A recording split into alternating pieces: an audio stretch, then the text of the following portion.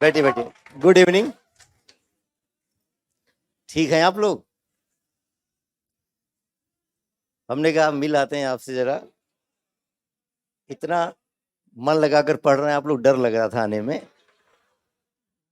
तो अनुरोध किया मैंने कि गौरव सर से कि क्या 2-4 मिनट का समय दे पाएंगे। तो ऊर्जा उत्साह तो पूरा दिख ही रहा है। तो आज का मामला तो पता होगा ही। अच्छा, आ भी गया मामला। ठीक है, ये एक इत्तेफाक की बात है कि गिरिवर दयाल जी 2008 बैच के आईएएस हैं, और श्रीवास्तव सर जो यहाँ पर आपका गवर्नेंस का, इंटरनल सिक्योरिटी का, सोशल जस्टिस का क्लास, एसए का क्लास ले रहे होते हैं और पूरे हमारे इंटरव्यू प्रोग्राम को लीड कर रहे होते हैं। तो उनके द्वारा तराशे गए बहुत सारे बच्चे आज की डेट में लगभग 15 साल, 18 साल, 20 साल इस वाली पोजीशन पे काम कर रहे हैं, और वो इस समय गिरवर दयाल कमिश्नर हैं बिहार कैडर। तो लगभग 2008 बैच का मतलब हो गया कि 15 साल तो हो ही गया।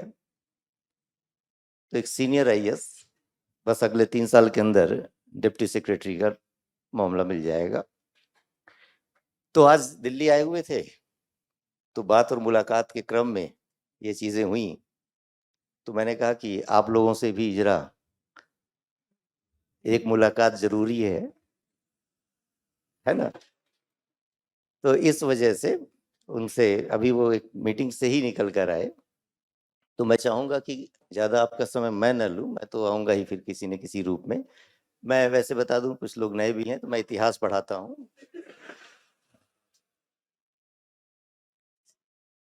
तो बुलाओ भाई सर को जरा। और पहले मैं श्रीवास्तव सर से आप लोगों को मिलवाऊंगा और फिर मौजूद होंगे। और यहाँ नहीं, मैं तो क्या रहूँगा, है ना। और आप लोग शांति से सुनिएगा और बहुत सारी चीज़ें बताएंगे, उनका अनुभव रहा है इस चीज़ पे। तो कम से कम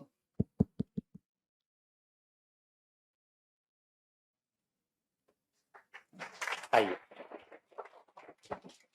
तो आप श्रीवास्तव सर हैं, और ये गिरवर दयाल जी इस समय सीनियर आईएएस बिहार कैडर में। और माइक दो आपको। तो मैं चाहूंगा कि कुछ पहले जरा ये मुखर्जी नगर में ही रहकर तैयारी किए और सर के सानिध्य में यहाँ तक पहुंचे। और एक अच्छी बात यह है कि अभी भी इसी भूमि से अपनी संवेदना जोड़े रखे हैं। तो जैसे ही इनको पता चला कि आज बच्चों से मिलने का भी हो सकता है, तो बड़ा व्यस्ततम कार्यक्रम में से समय निकालकर यहाँ आए। और इसलिए मैं चाहूंगा कि जरा कुछ एक अभिनंदन वाला भी मामला हो जाए। तो कोई एक बच्चा आप में से आए और इस मुखर्जी नगर के शान को बढ़ाते हुए इधर ही आके दीजिए, कैमरे में भी आएंगे।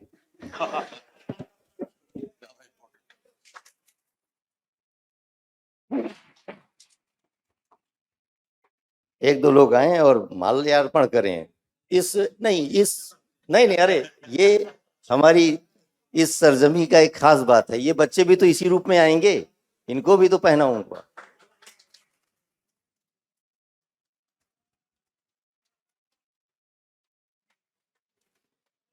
जिसकी भी इच्छा हो मैं दोबारा दोबारा पहनवाऊंगा, है ना।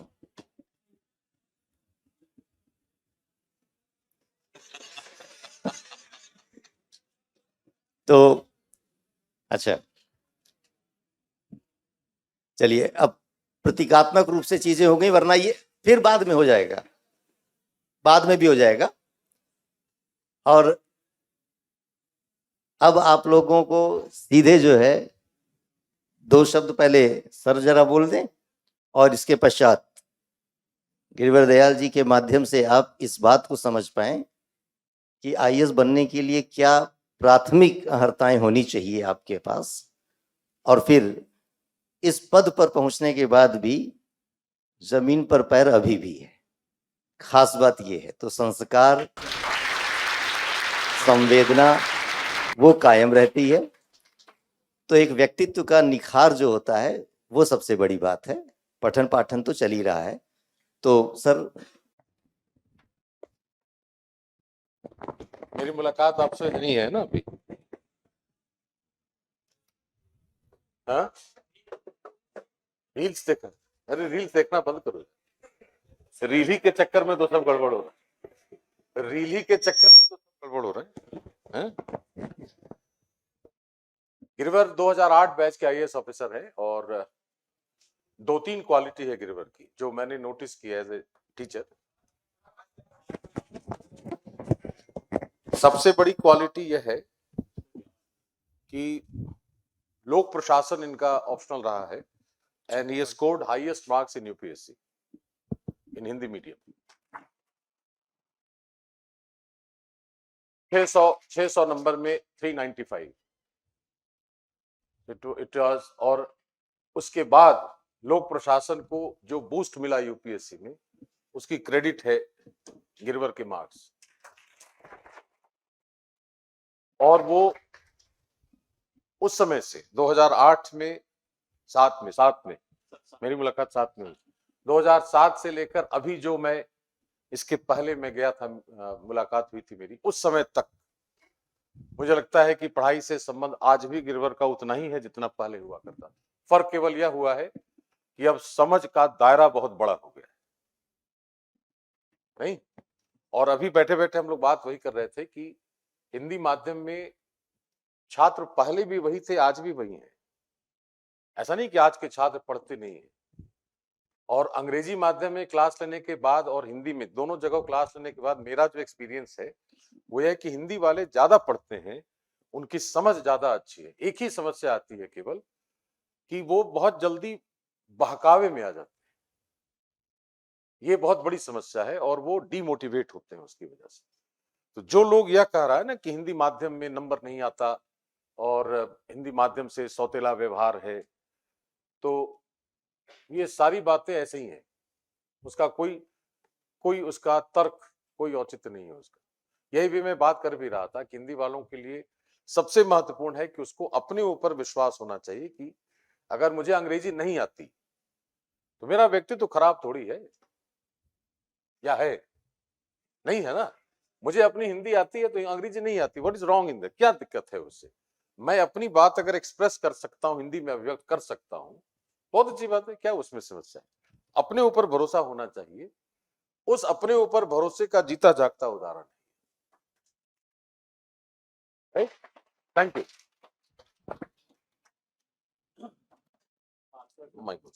मार्कर दो। सबसे पहले तो मैं सर को धन्यवाद दूंगा कि उन्होंने मुझे यहाँ पे बुलाया। मैं कुछ कार्य से यहाँ पर आया था दिल्ली, और सर ने मुझे कहा कि चूंकि नया बैच स्टार्ट हुआ है तो मैं आप लोगों के साथ इंटरेक्ट करूं। आप में से कितने लोग थके नहीं ना हैं अभी? तो अगले करीब 1.5 घंटे तक हम आपके साथ यहाँ पे रहेंगे, और इस 1.5 घंटे में हम शुरू के 30 मिनट आपके साथ डिस्कस करेंगे कि सिविल सेवाओं की तैयारी जो आप करते हैं तो कैसे अपने आप को मोटिवेटेड रखें और किन किन समस्याओं से आपको जूझना पड़ेगा।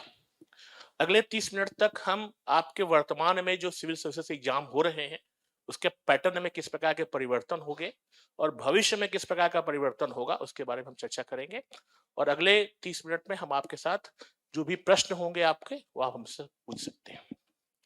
देखिए, एक बहुत इंपॉर्टेंट बात है जो सर ने भी कहा कि चाहे मीडियम हो, और मीडियम ही नहीं, मैं हमेशा अपने भाषणों में कहता हूं कि आपका जन्म कहीं भी हुआ हो सकता है आपका जन्म गांव में हुआ हो, एक ऐसे इलाके में हुआ हो जहां पर स्कूल की व्यवस्था अच्छी नहीं रही हो सकता है कि स्कूल अच्छे रहे हो, टीचर अच्छे न रहे हो, या घर की आर्थिक स्थितियां ऐसी रही हो कि हम अच्छे स्कूल में नहीं पढ़ पाए हों।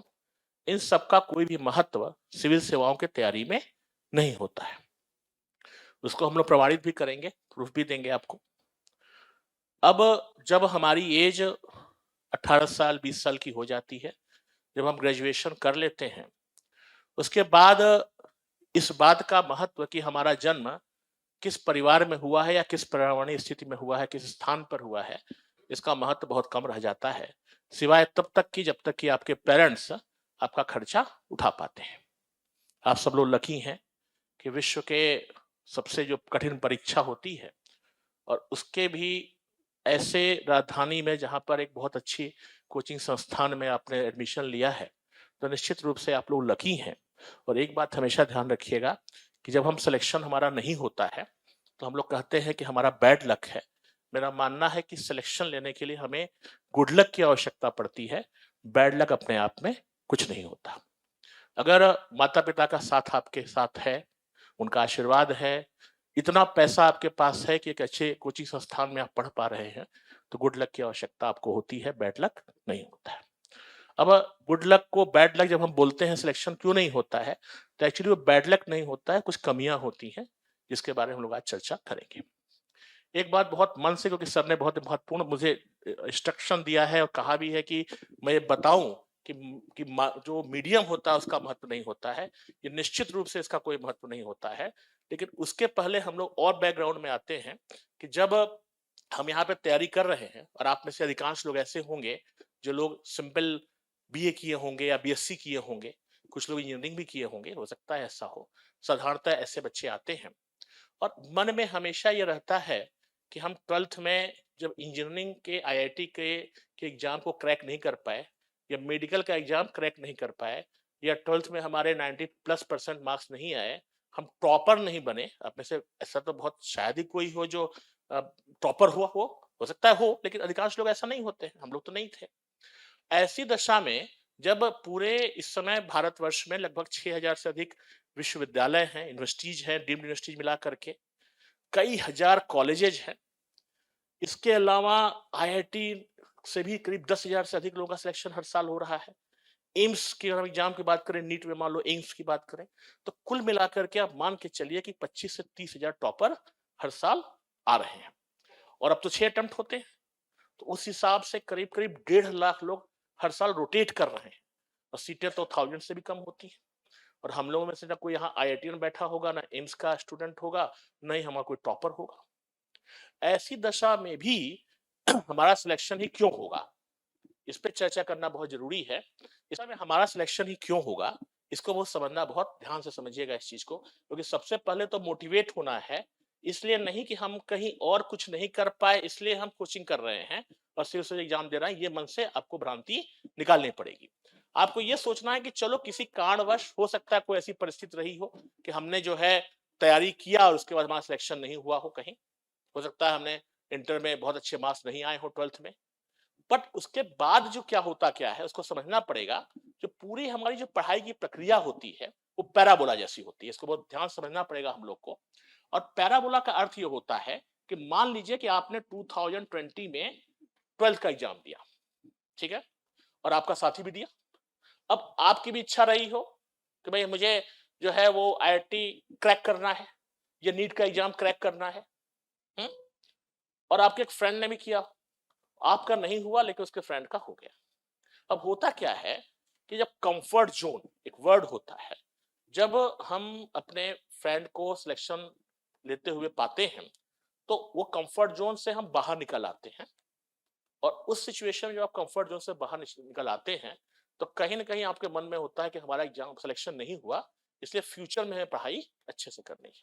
और होता क्या है, अगर आइडियली आप ऐसा करें तो होगा क्या कि मान लीजिए आपने ग्रेजुएशन के समय आपका नहीं हुआ, आपने अपने लेवल को थोड़ा बढ़ा दिया, और 2024 में जब आप ग्रेजुएशन कर लिए हैं उस समय, और आपका जो फ्रेंड जिसका सिलेक्शन हो गया उसमें कंफर्ट जोन में आ गया, इसलिए उसका लेवल जो है वो डाउन हो गया और आपका जो है ऊपर हो जाएगा। ये पूरी पढ़ाई की जो प्रक्रिया होती है वो पैराबोला जैसी होती है। हो सकता है फ्यूचर में ऐसा आपके साथ भी, जब आप किसी सिलेक्शन, एक बार आपका पीटी निकल गया, मेंस निकल गया, आप अरे अब तुम्हारा हो ही जाएगा, अगली बार पीटी भी नहीं निकलता। वो इसी कारण से ऐसा होता है, जब तक हम कंफर्ट जोन में रहेंगे प्रॉब्लम आएगी। इसलिए इस बात को मन से निकाल देना है कि हमारा जो है बहुत अच्छा एकेडमिक रिकॉर्ड नहीं रहा, उसके कारण हम जो है सिलेक्शन नहीं ले पाएंगे, ठीक है, क्योंकि मोटिवेशन बहुत जरूरी है। हमें तैयारी खुद की करनी पड़ेगी। और हमेशा जो पिछले 15 वर्षों का हम लोग का अनुभव रहा, चाहे तैयारी का क्रम रहा हो, हमने एक चीज सीखा है कि हमारी लड़ाई खुद से रहती है, हमारी लड़ाई हमारे साथियों के साथ नहीं रहती है। ठीक है, इस चीज को हमेशा समझना पड़ेगा हमें। दूसरी एक बहुत बहुत महत्वपूर्ण बात जो सर ने भी कहा और हम लोग सब लोग जानते हैं कि मीडियम का कोई महत्व नहीं होता है। भाषा, हमारा कहना है कि जो language is a not a parameter, it's just a medium to express your knowledge. भाषा जो है वो ज्ञान का पैमाना नहीं होती है, यह केवल आपके ज्ञान को प्रकट करने का एक माध्यम होता है। अब आप कभी विदेश जाइएगा तो देखिएगा कि वहां पर स्वीपर है, हम स्वीपर को अच्छा काम मानते हैं, लेकिन मान लीजिए कोई शॉपकीपर है, जो स्ट्रीट वेंडर है, वो आपसे अच्छी इंग्लिश बोलेगा। अब तो यहाँ पर तो हम लोग इंडियन इंग्लिश की बात करते हैं, अभी जो अच्छे अच्छे स्कूलों में जब अभी अब जो नई जनरेशन आ रही है वो ब्रिटिश इंग्लिश पढ़ती है, अमेरिकन इंग्लिश बोलती है। तो तो ये जो भाषा है शायद हम लोग को किसी को समझ में ना आवे। तो जो ब्रिटिशर्स है या अमेरिका जो जो इंग्लिश बोला जाता है वो हमसे अच्छी इंग्लिश बोलता है, लेकिन फिर भी ऐसा नहीं कि हमसे ज्यादा नॉलेजेबल हो, क्योंकि भाषा जो है वो, फिर मैंने कहा कि ज्ञान को प्रकट करने का एक तरीका है। फिर आप कहेंगे कि अगर ऐसा होता है तो फिर सिविल सर्विसेज में ज्यादातर इंग्लिश मीडियम के स्टूडेंट क्यों क्रैक करते हैं, ये भी आप कहेंगे प्रश्न। वो इसलिए करते हैं कि देखिए एक बहुत बहुत सामान्य सी बात समझ लीजिए, आप में से कितने लोगों ने बीए किया हुआ है और बीएससी वाले, तो कभी देखा होगा बीए में जब लास्ट में जब एग्जाम के दिन गाइड आती थी विद्या से लेकर के, और अब तो और अच्छी अच्छी गाइड आने लगी है ना। हाँ, तो लास्ट, अभी उस पर भी चर्चा करेंगे। तो लास्ट वाले दिन जब विद्या गाइड पढ़ते पढ़ते और कॉफी भी, कुछ लोग तो फाक भी लेते थे कॉफी की नींद ना आवे। हमारे एक फ्रेंड थे, इतनी नींद आती थी कि कॉफी को फाक लेते थे मुंह में कि नींद ना आवे। तो लास्ट में 2 दिन 3 दिन पढ़ाई करते थे विद्या से, बाकी दिन तो पढ़ाई होती नहीं है ना। और लेकिन आईआईटी में जब जाइएगा तो होगा क्या, रोज का रोज पढ़ाई करनी पड़ेगी, होमवर्क मिलेगा, फेल हो जाइएगा, असाइनमेंट्स मिलेंगे, यही हाल मेडिकल में भी होता है। तो आप, तो यहाँ सवाल, अच्छा वो चूंकि मीडियम इंग्लिश के होते हैं तो यहाँ सवाल लैंग्वेज का नहीं है, सवाल उस स्टूडेंट को देखना पड़ेगा कि वो कौन है। तो आप देखेंगे वो स्टूडेंट कौन था जो दिन भर मेहनत करता था, लगातार मेहनत करता था। तो यहाँ पे भाषा का महत्व नहीं है, उस स्टूडेंट के मेहनत का महत्व है। चूंकि इंजीनियरिंग, मेडिकल या जो बहुत साइंटिफिक जो सब्जेक्ट्स होते हैं, वो चूंकि उनकी पढ़ाई जो होती है वो इंग्लिश में ही होती है, तो ऑब्वियस है वो सब्जेक्ट क्या लेगा, इंग्लिश का ही मीडियम लेगा। हो सकता है इंजीनियरिंग का सब्जेक्ट ना ले, लेकिन मीडियम क्या होगा उसका, इंग्लिश। क्लियर। और ये बात बहुत क्लियर है कि जो इंजीनियरिंग के स्टूडेंट भी होते हैं, मेडिकल के भी स्टूडेंट होते हैं, कभी भी इंजीनियरिंग के सब्जेक्ट नॉर्मली नहीं लेते हैं, ये भी एक ट्रेंड है। नहीं लेते से बहुत सारे कारण होते हैं, जीएस में बहुत सारी चीजें ऐसी होती है जो आप ऑप्शनल में भी कवर हो जाता है, इसलिए ऐसा होता है। लेकिन कुल मिलाकर के यह मानने को हम लोग तैयार नहीं है कि मीडियम का महत्व, अगर सेम आंसर, हम लोग की ये भी स्टडी है कि अगर सेम चीज को हिंदी को इंग्लिश में ट्रांसलेट कर दिया जाए तो मैक्सिमम 2 से 5% तक का मार्किंग में डिफरेंस आता है। इस पे ये प्रूव्ड चीज है, इस चीज को समझना पड़ेगा। बात समझ में आ रही है आपको? अगर इसका मतलब, हम इस बात को हम भी स्वीकार करते हैं कि 1 से 2% तक मार्क्स पर बढ़ सकते हैं, but 1-2% is not going to make your merit. ये चीज क्लियर कर पा रहे हैं? इस पर हमने बहुत लंबा काम किया हुआ है।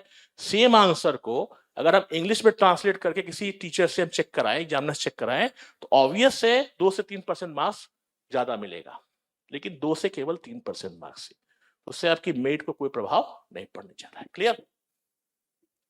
क्लियर है? इसलिए इस बात को मन से निकाल दीजिए। पिछले कई वर्षों से ये बात जो आप लोग कहते हैं कि हिंदी मीडियम रिजल्ट नहीं आते हैं, ऐसा नहीं होता है।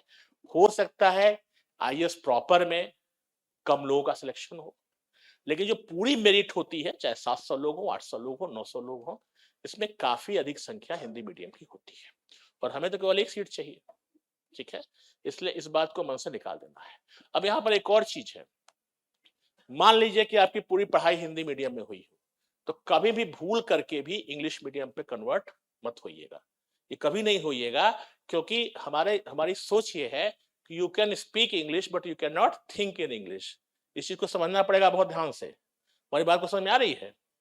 आगे बोलेंगे चिड़िया उड़ रही है, तो मन में आएगा चिड़िया उड़, बट आप सोच नहीं सकते चिड़िया उड़ने को इंग्लिश में उस तरह से बर्ड इज फ्लाइंग, सोच नहीं, ऐसा होगा, क्योंकि हम लोग जिस कल्चर से आते हैं वहां पे हिंदी बोली जाती है, इसलिए हम लोग जो सोचते हैं वो इंग्लिश हिंदी में सोचते हैं और भाषा में कन्वर्ट करते हैं। अच्छा, ये काम सभी लोग करते हैं, जिनका इंग्लिश मीडियम भी होता है वो भी। अब वो अलग बात है कि जहाँ पे ऐसी फैमिली हो जहाँ पे इंग्लिश सब लोग बोल रहा है, माता पिता से लेके कुत्ता भी इंग्लिश बोल रहा है, तो अलग बात है। लेकिन लेकिन ऐसे ऐसा होता है, डॉगी भी बोलता है इंग्लिश। हमारे हमारे हमारे एक फ्रेंड है, उनका बेटा, पूरे घर में इंग्लिश का माहौल है, तो उनका सर्वेंट भी बिहार का ही सर्वेंट है, तो वो भी इंग्लिश बोलने लगा, पढ़ा लिखा नहीं है। तो गया अपने घर, तो अपनी वाइफ से बोला गिव मी सम वाटर, तो उसकी वाइफ समझी कुछ और मांग रहा है। फिर बोला गिव मी सम वाटर, तो उसकी वाइफ ने खूब उसको पीटा, वो समझा कुछ और मांग रहा था। ऐसा भी होता है, सोसाइटी में ऐसे लोग हैं। लेकिन ना, जिस परिवेश से हम लोग आते हैं वहां पर ये बात को बिल्कुल मन से निकाल देना है कि हम इंग्लिश में कन्वर्ट होकर के बहुत कुछ अच्छा, क्योंकि ऐसे में नहीं कर पाइएगा, प्रॉब्लम आएगी, इसी का पेपर होता है। इसलिए इस बात को बिल्कुल प्रूफ के साथ हम लोग को रखना है कि भाषा भाषा है, और अपनी भाषा पे हमें अभिमान होना चाहिए, गर्व होना चाहिए, और हिंदी भाषी है और हमेशा से इसमें कोई समस्या नहीं आएगी। इसलिए पूरी उत्साह के साथ इस बात को दिमाग से निकाल लीजिए कि हम हिंदी माध्यम के विद्यार्थी हैं, इसलिए मन में हीन भावना रहेगी, ऐसा नहीं होता है।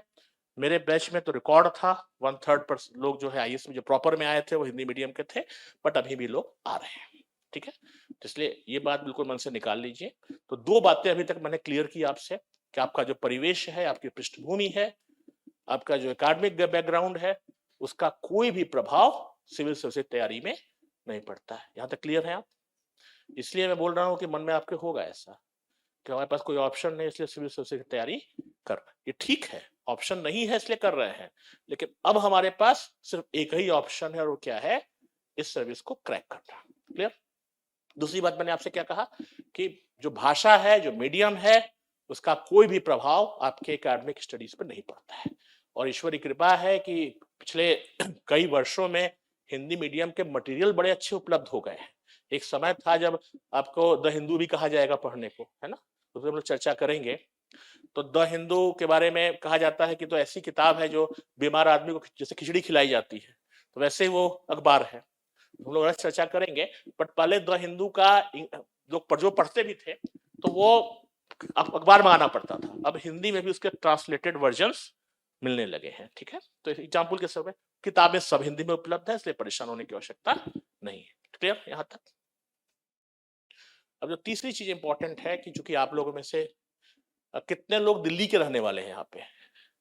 बहुत कम लोग, 1-2 लोग। सब लोग हिंदी भाषी क्षेत्र है, या तो यूपी के होंगे, बिहार के होंगे, हरियाणा के होंगे, राजस्थान के होंगे, मध्य प्रदेश के होंगे, झारखंड के होंगे, यहीं के होंगे।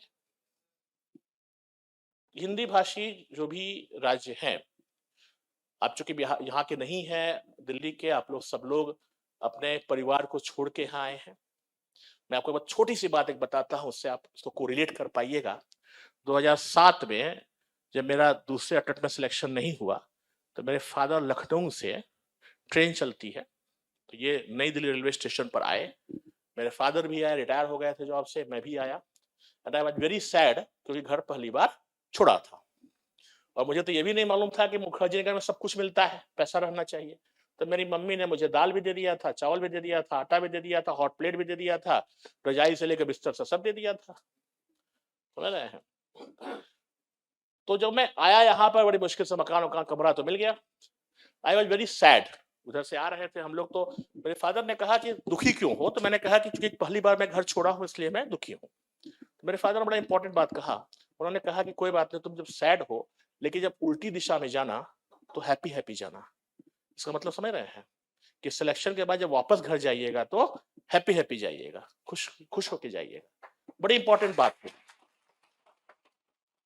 और इसलिए मैं इस बात को कह रहा हूं कि आपके जैसा ही आज से 15 साल पहले ऐसे ही मेरा भी जीवन था। और हमारे कई लोग बैठे इस गवाही देने के लिए बुला के रखा हूं, लोग बताएंगे भी कि मुझसे चर्चा में करूंगा। हमारी बात को ध्यान सुनिएगा कि यहाँ पे दिल्ली आने पे कुछ फायदे भी हैं। फायदे क्या है? हमें एक बहुत अच्छा ग्रुप मिलेगा, हमें एक बहुत अच्छी कोचिंग मिलेगी, हमें एक माहौल अच्छा मिलेगा, रूम अच्छा मिलेगा। ऑब्वियस है, हम जहां रहते होंगे वहां उससे हो सकता है रूम ऐसा ना हो, यहाँ फैसिलिटी है, लेकिन डिस्टॉर्शन भी ज्यादा होगा। और हमारे टाइम में तो डिस्टॉर्शन का केवल एक ही माध्यम होता था, पार्क, और अब तो रील्स भी होने लगी है, सोशल मीडिया भी होने लगा है, उस पर चर्चा करेंगे। लेकिन कुल मिलाकर के एक चीज ध्यान रखिएगा कि जब आप यहाँ पढ़ रहे हैं तो आपकी माताजी जहां पर भी हो, गांव में हो, शहर में हो, हमेशा गांव में मेरे घर में तो तुलसी का पेड़ हुआ करता था, आप लोगों को पता नहीं है कि नहीं। और माताजी सुबह जब उठती हैं तो सूर्य भगवान को जल दिया जाता है। तो हमारी माताजी जब उठती थी तो हमेशा प्रे करती थी कि बच्चे का सिलेक्शन हो जाए। गांव में कलेक्टर और कप्तान दो ही वर्ड ही होता था यूज करते हैं। हम कम पढ़ा लिखा आदमी तो ऐसे ही बोलता ना, कलेक्टर मतलब आईएएस और कप्तान मतलब आईपीएस। तो बोलते थे कि हमारा बेटा कलेक्टर कप्तान बन जाए। तो वैसे ही आपकी माताजी भी निश्चित रूप से प्रे करती होंगी कि हमारी बेटी या बेटा आईएएस बन जाए, डीएम बन जाए, जो भी उसको वर्ड यूज करिए आप। और आप यहाँ पर जो है उनके आशीर्वाद के साथ पढ़ रहे हैं। इस दशा में आपका कोई अधिकार नहीं है कि आप उनकी भावनाओं को आहत करें। तो डिस्टॉर्शन, क्योंकि आज से 15 साल पहले हम भी, हमको बताने वाला कोई नहीं था इस तरह की बात। तो डिस्टॉर्शन इसलिए नहीं होना चाहिए कि मुझे याद है क्लास 10th में जब मैं पढ़ता था तो हमारी प्रिंसिपल ने एक लेटर हमारे फादर को लिखा। उन्होंने कहा कि जैसे द्रौपदी के स्वयंवर में अर्जुन को मछली की आंख दिखती थी, वैसे ही आपके बेटे को भी मेरिट में अपना स्थान देखना चाहिए। इसका अर्थ क्या है? इसका अर्थ यह है कि आपको एक सूत्री कार्यक्रम करना है, और वो क्या करना है? पढ़ाई।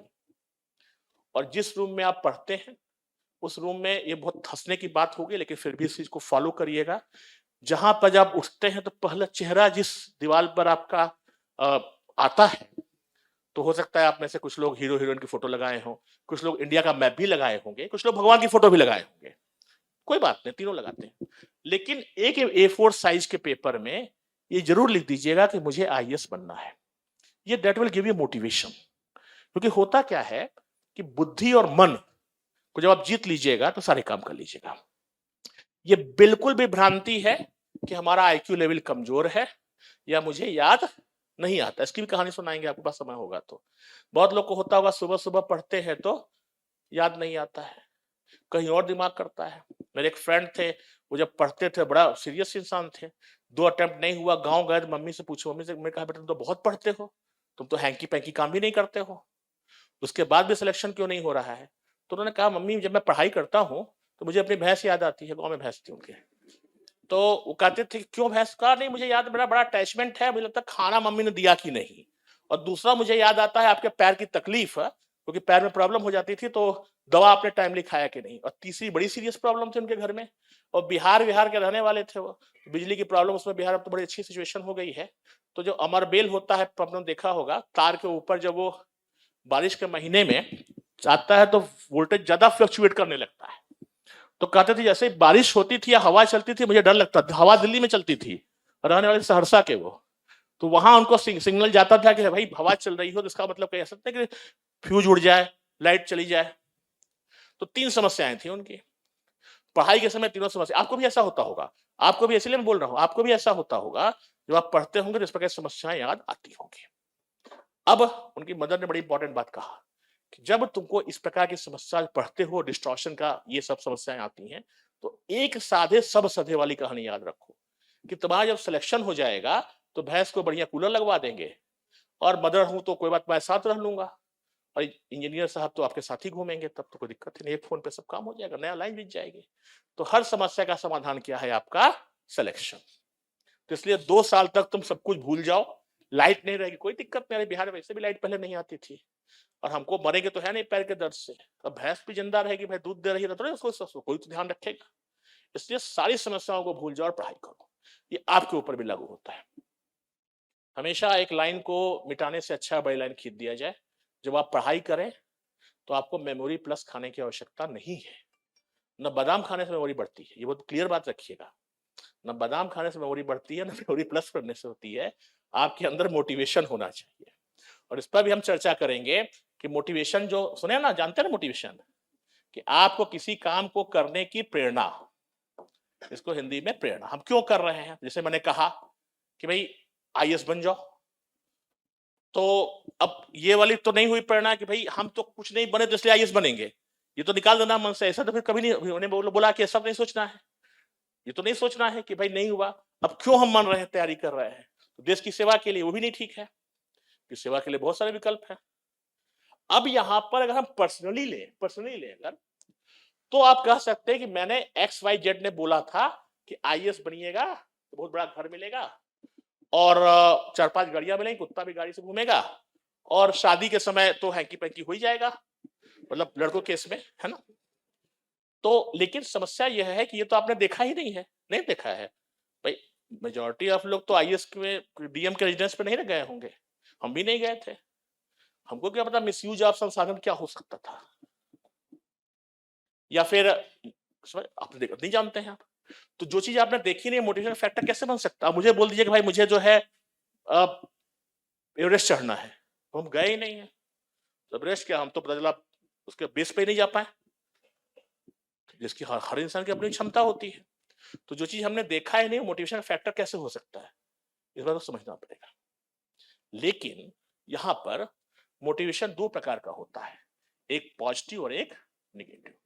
तो पॉजिटिव क्या हुआ, यही जो मैंने बोला कि हम आईएएस बन जाएंगे, बड़ा सा घर मिलेगा, मम्मी के साथ बढ़िया, मम्मी आराम से रहेंगी, पापा आराम से रहेंगे, भैंस हमारी आराम से रहेगी और प्लस हमारी लाइफ अच्छी रहेगी। लेकिन चूंकि मैंने ऐसा देखा नहीं है, तो ऐसी दशा में पॉजिटिव मोटिवेशन काम कम करता है, निगेटिव मोटिवेशन काम ज्यादा करता है। अब निगेटिव मोटिवेशन का अर्थ मेरी शादी में जरूर आना पिक्चर नहीं है, देखिए ना, कितने लोग देखे हैं उस मूवी को, वेरी गुड।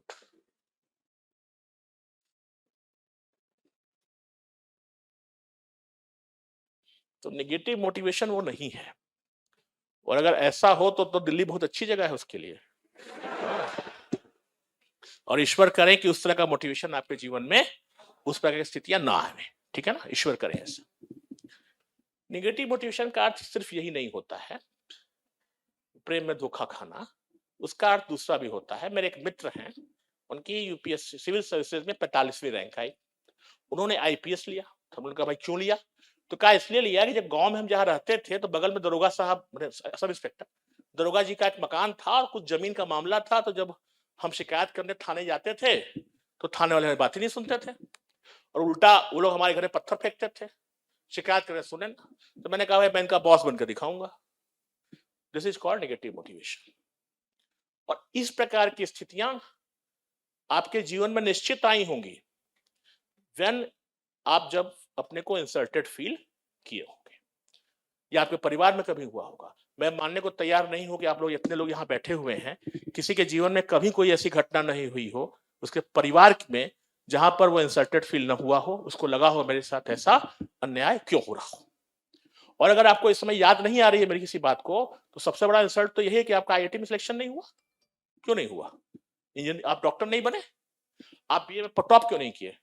इंसल्ट हुई ना, हुई। क्यों नहीं टॉप किए भाई? पहले अटेम्प्ट में क्यों नहीं हुआ? और भी बहुत सारे कारण, मैं तो एग्जाम्पल दे रहा हूँ, लेकिन कहीं कहीं परिवार में होता है। हमारे एक मित्र है, नाम नहीं लूंगा, वो 5 साल तैयारी कर रहे थे, जब जाते थे गांव तो गांव वाले चिढ़ाते थे कि जब पंचवर्षीय योजना वाले हैं, 5 साल तैयारी कर रहे थे, बाद में सिलेक्शन हो गया। तो मोटिवेशन के फैक्टर्स निगेटिव जो होंगे, हमेशा मन में इस चीज को याद करिए कि कब ऐसा हुआ था जब जीवन में आपको कुछ ऐसी घटना हुई थी जहां पर अपने आप को अपमानित महसूस करना पड़े। क्लियर? यह आपके जीवन में हमेशा एक उत्साह के साथ रहेगा। क्लियर? लेकिन यहां तो क्लियर सब लोग, लेकिन मोटिवेशन भी समय के साथ कमजोर हो जाता है, इस चीज को भी समझना पड़ेगा हमें। जो मोटिवेशन होता है उसकी जो तरंगे होती है वो ऐसी होती है, हमने आज आपको मोटिवेट किया, आप 2-4 दिन तो बहुत पढ़िएगा, फिर भूल जाएगा सर तो ऐसे ही आता रहता है, लोग को दिक्कत नहीं है ना। ऐसा होता है ना। 2 दिन तो उत्साह रहेगा, फिर तो ऐसे बोल के चले गए, बन गए आईएएस, तो बहुत बोल रहे हैं, हम भी बन जाएंगे। ऐसा होता है। अब बहुत लोग सोच भी रहे क्या दिक्कत है, हम भी एक अटेम्प्ट देंगे तो मैं बन जाएंगे। हम भी यही सोचते थे कि एक अटेम्प्ट में देंगे तो बन ही जाएंगे, समझ रहे हैं। लेकिन समस्या आती है। अब मोटिवेशन जो इसकी जो वेवलेंथ है वो ऐसे चलती है। फिर मम्मी ने डांटा, पापा ने कहा बेटा पढ़ो नहीं तो शादी करा देंगे, तो फिर मोटिवेट हो गए, 1 साल पढ़ लिए। लेकिन मेरी जो थ्योरी है कुछ अलग है इससे। मेरा मानना है कि मोटिवेशन तो काम करता ही है, कंटिन्यूअस डिसिप्लिन बहुत इंपॉर्टेंट होता है, वेरी इंपॉर्टेंट थिंग। कंटिन्यूअस जो डिसिप्लिन होता है उसकी जो वेवलेंथ होती है वो हमेशा यूं चलती है, आगे आपको बढ़ाती रहेगी। इसका अर्थ क्या है? इसका अर्थ यह है कि हम एक टाइम टेबल बनाएं और उस टाइम टेबल के अनुसार फॉलो करें। अब दिक्कत यह है, टाइम टेबल तो बना लेते हैं, फॉलो नहीं कर पाते, फॉलो नहीं कर पाते, यही एक समस्या है। अब यहाँ पे दो चीज इंपॉर्टेंट है, या तो ईश्वर करे ऐसे माता पिता आपको मिल जाए कि जो हम लोग के टाइम में तो जीपीएस होता नहीं था मोबाइल में, नहीं होता था, तो पिताजी सुबह दोपहर शाम फोन करें, भाई कहाँ हो। अब दिक्कत क्या थी कि रात को कहीं घूमने का मन भी करे तो 9 बजे फोन आ जाता था, तो घर में रहना पड़ता, बाहर तो आवाज सुनाई पड़ेगी। और वर्तमान में अगर अभी हमारे पिताजी जैसे आदमी हो तो चला जीपीएस ट्रैकिंग करा रहे कहाँ घूम रहा है, उनका बस सिम ही डाल दे पॉकेट में, डाल घूमते रहो जहां जहां जा रहा दिखते रहे, समझ रहे हैं। लेकिन अब ये तो अलग चीज है, लेकिन सबसे बड़ी बात है जो हम लोग कहते हैं जिसे कॉल्ड, आप में से बहुत लोग डायरी लिखते होंगे, लिखते हैं, तो this is called time audit.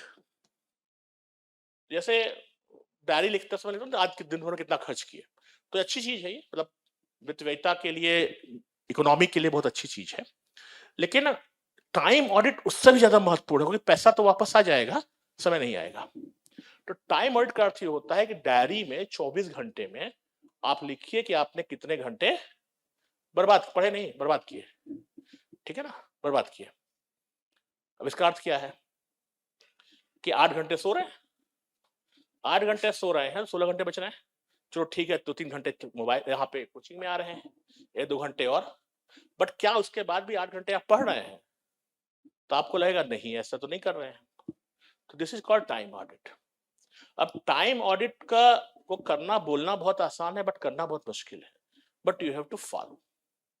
इसलिए हमेशा चीज ध्यान रखिएगा, डिसिप्लिन बहुत जरूरी चीज होती है जो हम लैक करते हैं, और इसीलिए मैं बार बार कहता हूं, इतने सालों का अनुभव रहा है, कंपटीशन कुछ नहीं होता, ये हमारे अपने अंदर का ही कंपटीशन है।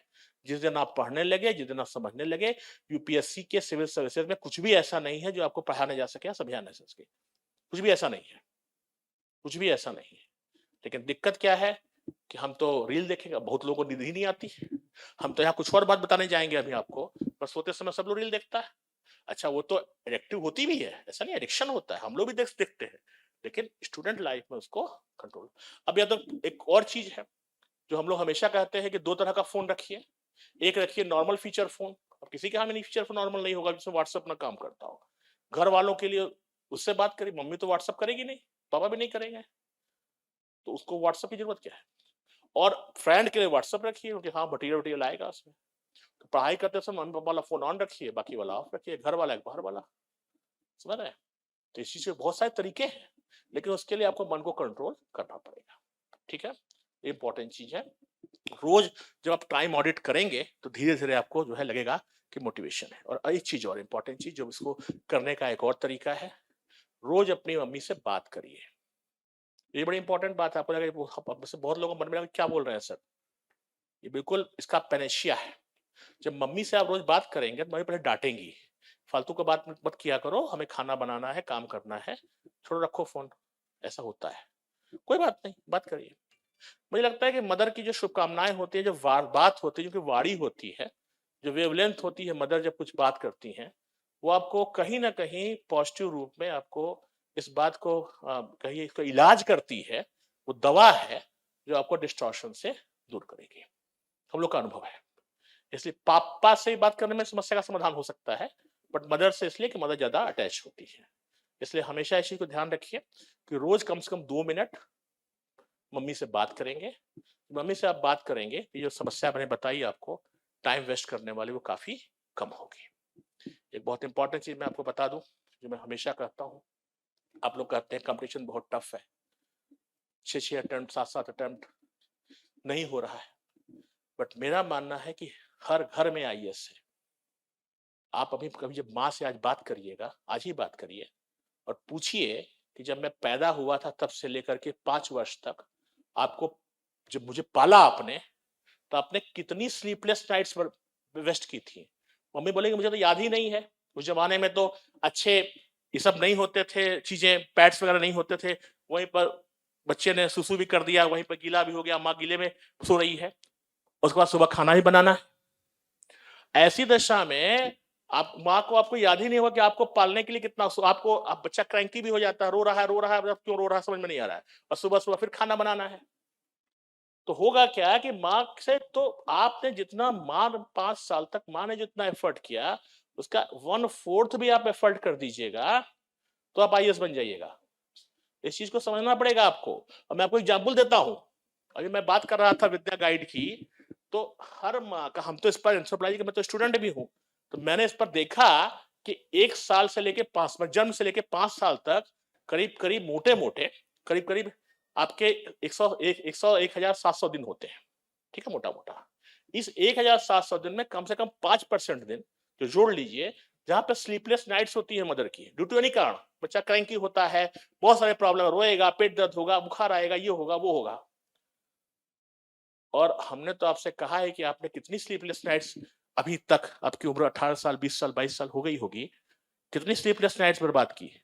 आपने कभी सोचा कि 1857 का मूवमेंट 1857 में क्यों हुआ, इसलिए रात में अपनी खराब करूं? आपने कभी सोचा कि माउंट एवरेस्ट विश्व की सबसे ऊंची चोटी माउंट एवरेस्ट ही क्यों है, इसके लिए मैं रात भर खराब करूं अपनी? वो तो विद्या की गाइड पढ़ते समय, क्योंकि साल भर हमने पढ़ा नहीं था, जैसे मैंने एग्जाम्पल दिया ना कॉफी फाकने वाला, उसके कारण हमने पढ़ा था। तो हमारे स्लीपलेस नाइट्स नहीं, हमारे एक फ्रेंड बोले कि सर हम भी रात में बहुत पढ़ते थे। कब पढ़ते थे? एग्जाम के समय पढ़ते थे, क्योंकि साल भर तो पढ़े नहीं। लेकिन यूपीएससी की सिविल सर्विसेज की तैयारी के समय, या इवन जब आप ग्रेजुएशन कर रहे हो बीए बीएससी, तो आपने किसी सिद्धांत को समझने के लिए कि जो है बाबर जो आया, उसके बाद अकबर से लेकर बाबर से लेकर के अंतिम मुगल साम्राज्य तक कौन कौन सी नदी किनारे कौन कौन से जो है फोर्ट बनाए गए, इसको याद दिन भर हम पढ़ ले, याद कर ले? आपने कभी नहीं किया होगा। तो जब हमने स्लीपलेस नाइट बर्बाद ही नहीं की है, हमने उतना श्रम किया नहीं, तो हम कैसे योग्य बन जाए इसको बनने के लिए? इसलिए आप कभी जाइएगा, समझिएगा इस चीज को। आपके घर में सबसे अच्छा एग्जाम्पल है आईएएस का, और यकीन मानिए जितना संघर्ष और जितना कष्ट आपकी माता ने आपको केवल 5 साल तक पालने के, मैं और बढ़ा के नहीं बोल रहा हूँ, उतना किया, उसका 1/4 भी आप करिएगा तो आपका सिलेक्शन हो जाएगा। इस चीज को बहुत ध्यान रखिएगा। और मैं इसलिए बोल रहा हूँ कि ये सारी चीजें आपको मोटिवेट करेंगी और आपको बताएंगी कि बैड लक कुछ नहीं होता है, ठीक है। अब एक इंपॉर्टेंट बात, इसको जरा, जब हम यूपीएससी की तैयारी करते हैं और स्टेट सिविल सर्विसेज की, ऑब्वियस है कि आप लोग, अभी तो नया बैच आप लोगों का है, आप लोग सब लोग नए हैं, तो ऑब्वियस है जो भी जिस भी स्टेट के आप रहने वाले होंगे उसका भी एग्जाम दीजिएगा, अदर स्टेट का भी दीजिएगा। अब मान लीजिए यूपी का रहने वाले हैं तो यूपीएससी यूपीपीएससी का भी दीजिएगा, बिहार का भी दीजिएगा, झारखंड में दीजिएगा, छत्तीसगढ़ में दीजिएगा, जो भी हिंदी बेल्ट है। लेकिन एक चीज ध्यान रखिएगा, बहुत बेसिक चीज आपको जो बताएगा भी नहीं कोई, जो स्टेट पब्लिक सर्विस कमीशन होते हैं और यूपीएससी माने सिविल सर्विस एग्जाम की हम बात करें, इसमें एक बेसिक अंतर होता है, ठीक है। तो ध्यान समझिएगा इस चीज को। एक वर्ड होता है पठन, एक होता है पाठन, और एक होता है मनन। इसका अर्थ क्या होता है? हमने मान लीजिए आपको बता दिया कि माउंट एवरेस्ट वर्ल्ड की सबसे हाईएस्ट पीक है, जिसकी हाइट 8,850। हाँ, तो ये हुआ पठन, हमने पढ़ लिया किताब से, तो हो गया पठन। पाठन क्या होगा? मल्टी लॉग हो सकता है, डायलॉग हो सकता है। हमने आपके साथ पढ़ाया, हमने पढ़ाया, चलो माउंट एवरेस्ट भी पढ़ लो, रॉकी की भी पढ़ लो, एडीज की भी पढ़ लो, है, this is called multi log. पाठन हुआ जब 2 लोग या उससे ज्यादा लोग बात करते हैं, इंटरेक्ट करते हैं। मनन का अर्थ होता है रिवीजन करना। क्लियर? सब लोग यही काम करते हैं। हमने पढ़ डाला, पूरा ज्योग्राफी में पढ़ डाला कि भाई ये पीक्स होती हैं, इसकी हाइट ये है, ज्यादा हुआ स्मार्ट तो हमने वर्ड में मैप में उसको लोकेट भी कर दिया, ठीक। लेकिन जो सिविल सर्विसेज में पठन तो रहेगा ही, पाठन भी रहेगा, मनन भी रहेगा, और चिंतन भी रहेगा। ये क्या होता है चिंतन? सुनने में बड़ा छोटा सा शब्द है, लेकिन चिंतन का अर्थ होता है व्हाई इट इज सो, ऐसा क्यों होता है, ठीक है। What are the other aspects which are linked with this, अन्य कौन से ऐसे पहलू हैं जो इस तथ्य से जुड़े हुए हैं। इसको अगर और सामान्य भाषा में हम बात करें तो इसका अर्थ होगा कि मान लो एक क्वेश्चन ज्योग्राफी का है, तो ज्योग्राफी के साथ हिस्ट्री के साथ, इसको इकोनॉमिक्स के साथ, इसको साइंस एंड टेक के साथ, इसको इकोनॉमी के साथ, इसको पॉलिटी के साथ, इन्वायरमेंट एंड इकोलॉजी के साथ, और ये सारी चीजें एक दूसरे के साथ इंटरलिंक कर दी जाए। क्लियर? और अब सिविल सर्विसेज में पैटर्न जो है वो यही हो गया है। क्यों हो गया उसको भी बताएंगे हम, ऐसा हो गया। इसीलिए प्योर बीए, प्योर बीएससी के क्वेश्चंस नहीं आते। और वो पूछेगा कि मध्यकालीन जो भारत में जो वहां के जो मंदिर हैं, तो सामाजिक आर्थिक विकास का या वहां जो सामाजिक समता को डिनोट करते हैं या उनको बताते हैं। तब क्वेश्चन देखिए क्या हो गया हिस्ट्री का, बट उससे चीजें क्या आ गई आर्ट एंड कल्चर की। क्लियर कर पा रहे हैं? इंटरलिंक्ड हुआ। तो ये इसलिए होता है कि सिविल सर्विसेज एकमात्र ऐसा एग्जाम है जो मल्टी डायमेंशनल है। अब अगर बाकी सर्विसेज को छोड़ दीजिए, तो अगर आप आईएएस की बात करें, तो अब आईएएस आप बन गए, अब हो सकता है आपको हेल्थ डिपार्टमेंट में भेज दिया जाए, फिर आपको एजुकेशन में भेज दिया जाए, फिर साइंस टेक में भेज दिया जाए, फिर एग्रीकल्चर में भेज दिया जाए। तो अगर आपका मल्टी डायमेंशनल एस्पेक्ट नहीं रहेगा तो होगा क्या कि मान लो मैं डॉक्टर हूं, कोरोना आया, अब कोरोना आया, मैं डॉक्टर हूं, मैं कोरोना की प्रॉब्लम को जानता हूं, तो मैं बोलूंगा भाई लॉकडाउन कर दो। क्यों? क्योंकि इससे क्या होगा, इन्फेक्शन नहीं फैलेगा। लेकिन अगर मैं आईएएस हूं, यानी कि इस चीज को पढ़ के आया हूं, तो मैं समझूंगा भाई इसके इकोनॉमिक एस्पेक्ट भी तो होंगे, सोशल इंप्लीकेशन भी तो होगा। आप लॉकडाउन कर दिएगा तो लोग खाएगा क्या? कंस्ट्रक्शन एक्टिविटी बंद हो जाएगी, रोजगार बंद हो जाएगा, दिहाड़ी बंद हो जाएगी। क्लियर कर पा रहे हैं? This is why it is asked. अब समस्या ये है कि जब हम, बहुत अच्छी बात सर से भी चर्चा चल रही थी कि हम लोग को चाहिए कि जो यूनिवर्सिटीज हैं, कॉलेजेज हैं, वहां पर भी इस चीज को डाला जाए, मल्टी डायमेंशनल अप्रोच को। लेकिन नहीं डालते हैं। क्यों डालते नहीं डालते? क्योंकि प्योर होता है। भाई मान लो हिस्ट्री से बीए में कर रहा हूं तो हिस्ट्री पढ़ूंगा, इकोनॉमिक्स में इकोनॉमिक्स पढ़ूंगा, ज्योग्राफी पढ़ूंगा। लेकिन यहां क्या होगा? ये नहीं होगा, इंटरलिंक्ड होगा। क्वेश्चन ये आएगा कि आर्टिकल 370 हटाने से, ठीक है ना, इंडिया की जीडीपी बढ़ी है। अब देखो क्वेश्चन क्या हुआ, क्वेश्चन पॉलिटी का है, आ गया इकोनॉमिक्स। एग्जाम्पल दे रहा है। तो इसे मल्टी डायमेंशनल कहते हैं। और ये इसलिए, इसका तरीका क्या है? इसका तरीका यह है कि एक तो भाई जो आप पढ़ाई कर रहे हैं कोचिंग में, सेल्फ स्टडी, तो आपने सारी चीजें पढ़ डाला। पढ़ने के बाद आपको चिंतन करना पड़ेगा, यानी कि उसके इसको और लेमैन में बात करें हम तो इसको लोकस एंड फोकस कहा जाता है। ये हो गया इसका फोकस। अच्छा, बिंदु और बिंदु पर सुने हैं ना, चारों तरफ, यानी उसके चारों तरफ जो जो चीजें पूछी जा सकती हैं वो सारी चीजें। क्लियर? तो ये आराम से प्रैक्टिस से कर सकते हैं। अब कभी क्लास में से पूछता हूँ बहुत लाइट वे में कि भाई कितने लोग बेड पे सोते हैं, कितने लोग बेड पे सोते हैं? तो कुछ लोग बोले कि हम बेड पे सोते हैं, कुछ लोग जमीन पे बिछा के सोते हैं, कुछ लोग बोले कि कुछ लोग हाथ नहीं उठाए, बोले हम सोते ही नहीं, रात में पढ़ते रहते हैं, है ना। तो आप चाहे 10 बजे सोते हो, चाहे 12 बजे सोते हो, चाहे 2 बजे सोते हो, चाहे 4 बजे सोते हो, चाहे सोते ही ना हो, मतलब सुबह सोते हो, है ना, चाहे बेड पे सोए, चाहे जमीन पे सोए, चाहे खड़े खड़े सोए, ये करना क्या है, जब भी आपको नींद सोने का टाइम हो उसके आधे घंटे पहले बेड पे जाइए। खड़े खड़े सोते हैं तो खड़े खड़े रहिए, और वहां पर इस चीज को सोचिए, आपने कल क्या पढ़ा था? कुछ भी? अरे ऐसा नहीं, ऐसा नहीं, आराम से, प्लेट टेक्टोनिक्स। Very good. हमने कल प्लेट टेक्टोनिक्स पढ़ा और उसके बाद हमने बताया कि भाई इसमें जो है पृथ्वी को काटोगे तो ये चीजें आएंगी, यही पढ़ा होगा, राइट। मैं क्वेश्चन पूछूंगा, ये जो क्वेश्चन है कि प्लेट टेक्टोनिक्स में जब करेंगे, इसके जो है साइंस एंड टेक्नोलॉजिकल एस्पेक्ट्स में हम किस प्रकार से प्लेट टेक्टोनिक्स की स्टडी जो है भारत में दूरसंचार, इंफ्रास्ट्रक्चर डेवलपमेंट की दिशा में सहायता प्रदान कर सकती है। प्योर किताब क्वेश्चन नहीं, सामान्य बुद्धि का क्वेश्चन है, सामान्य बुद्धि का क्वेश्चन है, समझ रहे हैं? जैसे जैसे हमारे उच्चावचन रहेगा उस प्रकार से रोड कंस्ट्रक्शन में आसानी पड़ेगी, उस प्रकार संचार सेवाएं बढ़ेंगी, ठीक है ना। तो अब ये चीजें किताब में कहीं नहीं मिलेंगी, लेकिन ये आपको सोचना पड़ेगा। और मेरा मानना है कि 5 से 10% भी अभ्यास आप कर लीजिए, आपको दिक्कत नहीं है। लेकिन इसके लिए आपको समय चाहिए, जो मैंने कहा, टाइम ऑडिट, ठीक है। कितने लोग थक गए? यहां तक क्लियर है? अब किताबों की जहां तक बात रही, तो किताबें तो सबको पता है, एनसीईआरटी किताबें आती हैं, सब किताबें सभी को पता है, मुखर्जी नगर तो पूरा सेंटर ही है किताबों का, तो उसमें कोई दिक्कत नहीं। एक चीज बड़ी इंपॉर्टेंट है, एलिवेशन मेथड एक कहा जाता है, कौन सी चीजें आपको नहीं पढ़नी है, ठीक है ना। इतना ज्यादा मटेरियल है, अब आजकल तो हर आदमी, भाई होता क्या मटेरियल है अब निकाल दिया, लोगों को लगता है नई चीज है ले लो, बट एलिवेशन समझना पड़ेगा आपको, क्या चीजें अच्छी है क्या चीजें नहीं, ठीक है। यहाँ तक क्लियर है सब लोग। तो ये पठन पाठन मनन चिंतन वाला कॉन्सेप्ट समझ में आया। ये प्रैक्टिस करिएगा, अभी नहीं आएगा, धीरे धीरे जब आपका कोर्स कंप्लीट हो जाएगा उसके बाद आप लोग जो इस काम को कर सकते हैं। Writing makes a man perfect, class में भी टेस्ट सीरीज चलती है, टेस्ट होगा, लिखने का अभ्यास डालिए, प्रैक्टिस करिए।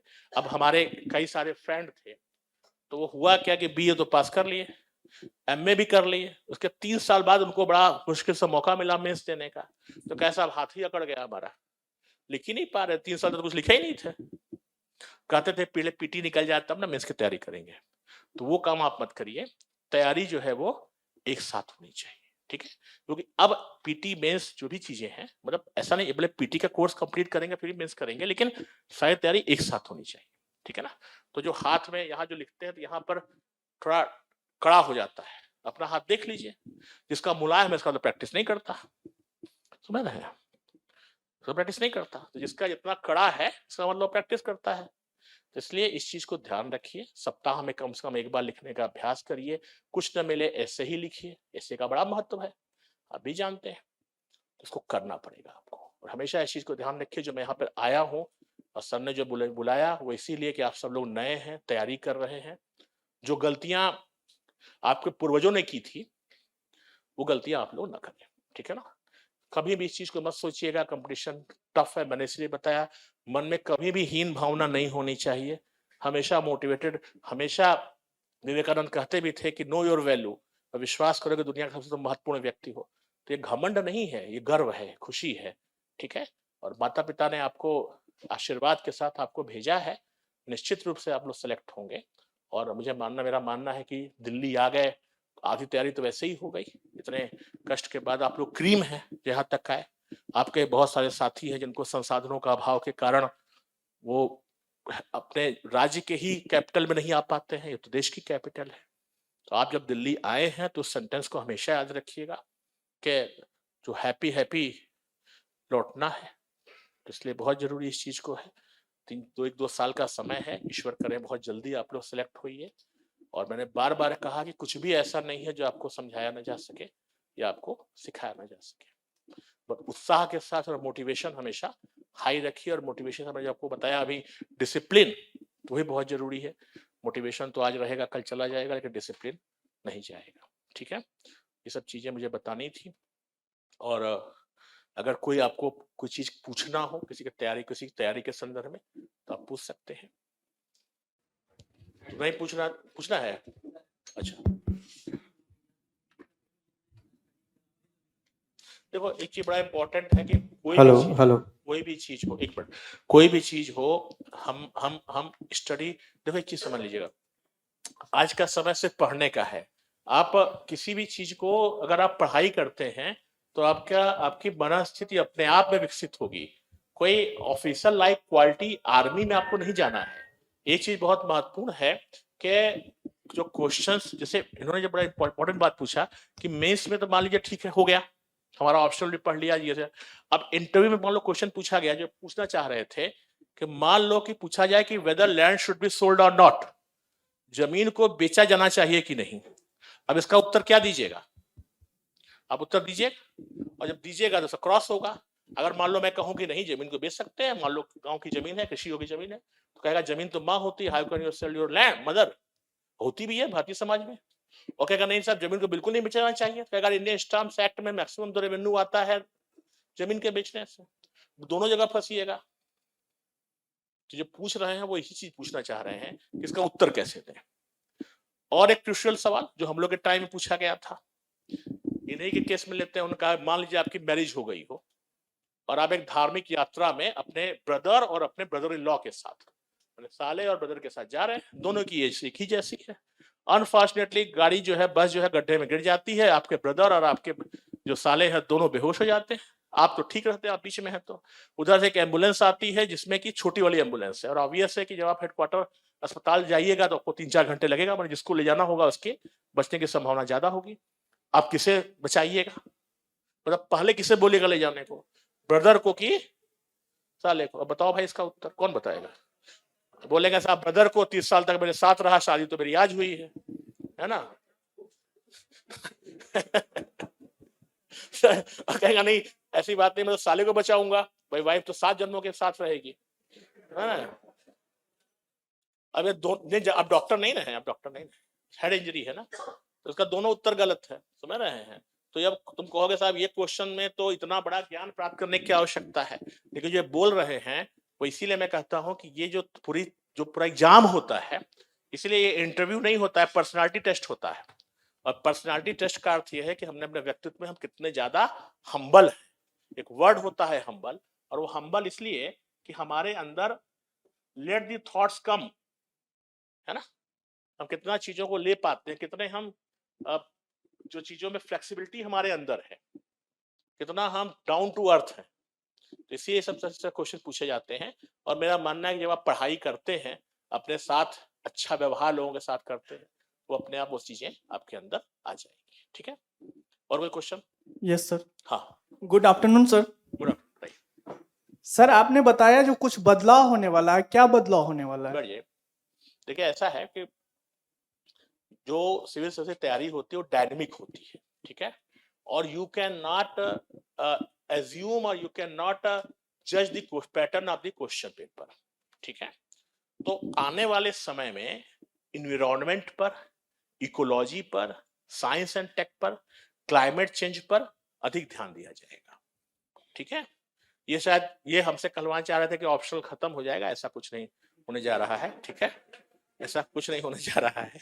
जब होगा तो हमें नहीं पता इस बारे में, लेकिन हम दूसरी चीज बोल रहे हैं कि अब मेरा मानना है कि चूंकि इन्वायरमेंटल फैक्टर बड़े इंपॉर्टेंट होते हैं, इसलिए विशेष ध्यान आपको अभी भी वो सिलेबस में तो है ही है, बट उसका पोर्शन जो है वो बढ़ जाएगा, ठीक है? चलिए, और कोई क्वेश्चन? हाँ हाँ, देखो इसमें क्या होता है कि बढ़िया, इसमें जो 2-3 चीजें हैं, उस हम लोग के समय में टेस्ट सीरीज वगैरह बहुत कम हुआ करती थी, तो अब तो आप लोग लकी है कि टेस्ट सीरीज वगैरह भी होती है। हालांकि टेस्ट सीरीज के बारे में मेरा दृष्टिकोण बहुत अलग अलग है, किस क्वालिटी का क्वेश्चन आ रहे हैं, है ना? वैसा नहीं लास्ट ईयर क्वेश्चन दे रहे हैं, बट कुल मिलाकर के मुझे लगता है कि जब हमारा पीटी निकल जा रहा है, मेंस निकल जा रहा है, और पीटी में लास्ट ईयर्स के जो 4-5 साल के क्वेश्चन हैं, उसमें अगर हम जो है 5 to 6-7 इयर्स के क्वेश्चन में अगर हम 70% तक भी कर पा रहे हैं, क्योंकि ऐसा नहीं होगा, क्वेश्चन रिपीट ज्यादा नहीं होता है, we can not guess the question, मैंने बताया, लेकिन मोटा मोटा हमें आइडिया लगा कि पैटर्न चूंकि वही है तो हम कर सकते हैं, ठीक है ना? बट इट्स वेरी डिफिकल्ट, जो आपने प्रश्न पूछा है वो बहुत डिफिकल्ट है उसका उत्तर देना, कि हम कैसे पता करेंगे अब तैयारी। यहाँ तो हमको ऐसे भी लोग मिले हैं, कहेंगे हम तो ऐसे ही गए थे, सिलेक्शन हो गया, समझ रहे हैं? लेकिन फिर भी वो एक अलग चीज है। पिछले 7-8 सालों के क्वेश्चन पेपर में अगर 70% तक आप कर पा रहे हैं, टेस्ट सीरीज में भी अच्छा कर पा रहे हैं, that means your preparation is up to the mark, ठीक है? ये हाँ, नमस्ते सर। एक मिनट पूछ रहे हैं। हाँ, देखो ऐसा है, ये आप में से सब लोग तैयारी कर रहे हैं, ये तो पता है ना जनरल इंग्लिश का क्वेश्चन होता है, समझ रहे हैं? मालूम है ना आपको? And this is called yellow marksheet. मेरी इस पर बहुत ज्यादा स्टडी है। ये जो क्वेश्चन पूछ रहे हैं कि इंग्लिश का महत्व क्या होता है, ये मैं नाम नहीं लूंगा किसी का, ये जब आप मेंस देने जाइएगा तो 2 पेपर होगा, एक हिंदी का एक इंग्लिश का, तो हिंदी आपके तो हिंदी का ही आएगा, और इंग्लिश का कंपलसरी रहेगा, जनरल इंग्लिश। ये क्या रहे हैं कि साहब इंग्लिश का महत्व कितना है, तो ऑब्वियस अगर उस पेपर को में आप पास नहीं होइएगा तो आपकी कॉपी चेक नहीं होगी। This is called yellow marksheet. और मेरी इस पर स्टडी रही है इलाहाबाद की, बहुत, अब तो घर नहीं, लेकिन पहले बहुत ब्रिलियंट बच्चे हुआ करते थे जो पीटी निकाल लिए, हिस्ट्री में खासतौर से ये चीजें आती हैं, हिंदी मीडियम के बच्चे थे। अब वो क्या हो रहा था कि लगातार फेल हो जा रहे थे, इसलिए कि वो इंग्लिश में पास नहीं कर पा रहे थे। उनका हिस्ट्री का नॉलेज बहुत अच्छा था, बट वो इंग्लिश में ही, इसलिए उतनी इंग्लिश तो आनी चाहिए, बिल्कुल आनी चाहिए। और इंग्लिश में आपको बता दो, उसमें अनसीन पैसेज आते हैं, डायरेक्ट इनडायरेक्ट आता है, ठीक है ना? एक्टिव पैसिव आता है, कट द सेंटेंसेज आता है, तो वही इंग्लिश आती है जो क्लास 10th की होती है। बट 10th की इंग्लिश भी कोई आसान तो है नहीं, हालांकि इसलिए किताब आती है यूनिक की जनरल इंग्लिश गाइड वगैरह आती है, कर सकते हैं, कोई कोचिंग का हेल्प ले सकते हो तो आपके ऊपर है, बट उतना इंग्लिश पास करना पड़ेगा। अगर वो नहीं पास करेगा तो आपकी कॉपी चेक ही नहीं होगी। ठीक है। हाँ सर सर मैं ये पूछना चाह नमस्ते सबसे पहले। हाँ नमस्ते बताइए। सर मैं ये पूछना चाह रहा हूँ कि एज एन ऑफिसर आप कहते हैं कि ऑफिसर लाइक क्वालिटी एस्पिरेंट में होनी चाहिए, तो एज एन ऑफिसर आप क्या गाइड करेंगे अपने 15 साल के एक्सपीरियंस से कि एक छात्र में कैसी क्वालिटी डेवलप करनी चाहिए कि उसे आसानी हो? देखिए, एक वर्ड होता है सेंसिटिविटी और एक होता है इमोशंस, जो ये पूछना चाह रहे हैं। तो एक तो क्या हुआ कि जैसे हम लोग मॉरल इंटीग्रिटी बोलते हैं कि भाई समाज के लिए आप काम कर रहे हैं तो देश का हित ऊपर होना चाहिए, वो तो एक इम्पोर्टेंट बात है ही है। सेंसिटिविटी और इमोशंस में हमें अंतर समझना पड़ेगा। मान लो कहीं आग लगी, लोग रो रहे हैं, अब आप भी रोना शुरू कर दिए, क्या हो गया? इमोशंस। और सेंसिटिविटी क्या हुआ? भाई आग लगी तुरंत जाकर के बुझाओ, फोन करो। तो मेरा मानना है कि एक ऑफिसर को सेंसिटिव होना चाहिए, और ये सब लोग, अगर सेंसिटिव आप नहीं है तो आप पढ़ ही नहीं रहे यहाँ पे, तो आपके अंदर वो गुण है ही है। तो सेंसिटिविटी बहुत इंपॉर्टेंट चीज है, जो मॉरल इंटीग्रिटी। तो मेरा मानना ये है कि वो सारी चीजें, अगर वो गुण आपके अंदर होंगे तभी आप इस एग्जाम को क्रैक कर पाइएगा। जैसे मैंने अपने टाइम मैनेजमेंट की बात किया, मॉरल इंटीग्रिटी है, फिर समय का प्रबंधन। एक बड़ी इंपॉर्टेंट बात, हमारे क्लास में एक बार पूछा था किसी ने कि सर मैं तो जहां रहता हूँ अपना खाना भी खुद बनाता हूँ, कपड़े भी खुद धोने पड़ते हैं, रूम की सफाई भी करना पड़ता है, तब ये सब करने में 5-6 घंटे लगता है। मेरा एक साथी है जो जिसको खाना बनाने के लिए भी कोई सर्वेंट है या मम्मी इसकी बना दे रही है, कपड़े भी धुल जा रहे हैं, रूम सफाई भी कोई और कर दे रहा है, तो 6 घंटे का तो हमको उसने मार्जिन ले लिया। बट मेरा कहना है कि इन गिवन सिचुएशन उसके पास 18 घंटे आपके पास है, 6 घंटे आपने माइनस कर दिए, उसके पास 24 घंटे हैं, तब भी होगा क्या कि कंफर्ट जोन में चुकी वो है, तो 24 में से 6 ही घंटे पढ़ेगा और आप 18 घंटे में 8 घंटे पढ़िएगा। तो इसलिए इस बात पर बहुत प्रूव्ड चीजें हैं कि कंफर्ट का सिलेक्शन में कोई प्रभाव नहीं पड़ता। और अगर ऐसा हो तो जितने लोग एसी में रहते हैं सब आईएसी बन जाए, मतलब ये तो कोई लॉजिक नहीं है, फिर जरूरत क्या है आपको यहाँ आने की? बात समझ में आ रही है? ये बात बिल्कुल ही गलत है। हाँ, बेसिक चीजें होनी चाहिए, आपके पास बुक होनी चाहिए, सब चीजें होनी चाहिए, लेकिन आप अपना काम खुद करते हैं तो अच्छी बात है, आपको और सेल्फ डिसिप्लिन बनाया जा रहा है। ठीक है। तो इसलिए ऑफिसर लाइक क्वालिटी में आर्मी के जो ऑफिसर्स है उसकी हम बात नहीं कर रहे हैं, हम यहाँ सिविल सर्विसेज की क्वालिटी की बात कर रहे हैं, जिसमें सबसे इंपॉर्टेंट है हम्बलनेस, सेंसिटिव होना, मॉरल इंटीग्रिटी होना, जो अपने खुद से चेक करना कि हम कितने पानी में है। बस समझ में आई? खुद एनालिसिस करना, हमने कितना समय बर्बाद किया, हम क्या पापा का पैसा बर्बाद नहीं ना कर रहे हैं। This is called moral integrity. ठीक है। हाँ, शुरू में जब आप बिल्कुल नए हैं तो मेरा मानना है कि एक टॉपिक को कंप्लीट, मतलब एक सब्जेक्ट को कंप्लीट कर लीजिए, फिर रिवीजन करिए। जब आप सारे जीएस को कंप्लीट कर ले रहे हैं तब तो फिर, क्योंकि तब आपको रिवीजन का समय थोड़ा ज्यादा बनाना पड़ेगा। तो अभी तो मेरा मानना है कि पहले एक बार सिलेबस को कंप्लीट कर लीजिए, मतलब कम से कम एक सब्जेक्ट के सिलेबस को, मान लो हिस्ट्री कर रहे हैं हिस्ट्री कर ले, या मान लो अलग अलग पढ़ाया जा रहा है तो कोई बात नहीं, जितना पढ़ाया जा रहा है कम से कम 15 दिन 20 दिन पढ़ने के बाद ही रिवीजन करिए, वरना होगा क्या कि बाकी चीजें आप भूलते जाएंगे। ठीक है ना? तो एक बार पूरा जो सिलेबस है उसको कवर कर लेना चाहिए, मेरा मानना है। ठीक है ना? अब रिवीजन में एक चीज और बड़ी इंपॉर्टेंट बात है, हमने देखा है कि बड़े महान महान व्यक्ति हैं जो एनसीईआरटी को टिपते समझते हैं ना, कॉपी करते हैं। तो हमारे एक फ्रेंड थे, वो 8 घंटे पढ़ते थे, करते क्या थे कि एनसीईआरटी चीजों को उतार देते थे। समझ रहे हैं? तो ये आदत कृपया मत विकसित करिएगा। जो हम सेल्फ नोट, कोचिंग के नोट तो बहुत अच्छे होते हैं, उसमें कोई डाउट नहीं है। आप मान लो कि हम रिवीजन कर रहे हैं, तो रिवीजन के समय मान लो कोई नई चीज आपको लगी, तो अब ये नहीं कि एनसीईआरटी को कॉपी करना शुरू, उसमें या तो आप बुक को ही कॉपी बना दीजिए। हम लोग तो यही करते थे, लास्ट में 10-12 पन्ने चिपका दीजिए, आपको बड़े अच्छे हाइलाइटर्स आते हैं, फ्लैग्स आते हैं, उसको लिख दीजिए, ताकि finally you should have a ready reckoner समझते हैं ना, कि जब हम एग्जाम के समय जाएं तो सारा जीएस के लिए कोचिंग में तो मटेरियल दिया ही गया होगा, उसी में चीजों को ऐड कर लीजिए। आपके हिसाब से क्या इंपॉर्टेंट चीजें हैं उसको फ्लैग लगा के, कलर लगा करके उसको ऐड कर लीजिए। You should have a one book. समझ में आ रही? कभी भी कॉपी नहीं करना है कि वो जीएसवाई अपने एंशिएंट हिस्ट्री के मैप को उठा करके कॉपी कर दिया। ठीक है? और एक चीज याद रखिएगा, उन्होंने जो कि पूछा है you should have a good practice of making map. अब साहब आईएएस तो बन गए, इंडिया का मैप ही बनाने नहीं आता है। ऐसा होता है, ऐसा होता है ना? लेकिन आना चाहिए, ठीक है ना? चलिए, और कोई क्वेश्चन? हाँ, देखो ऑप्शनल के लिए बहुत इंपॉर्टेंट बात है, अगर आप बिल्कुल नए हैं, आप बिल्कुल नए हैं मान लो, तो कभी भी स्कोर के ऊपर नहीं जाना चाहिए कि साहब बहुत अच्छा सब्जेक्ट चल रहा है इसलिए हम लिए।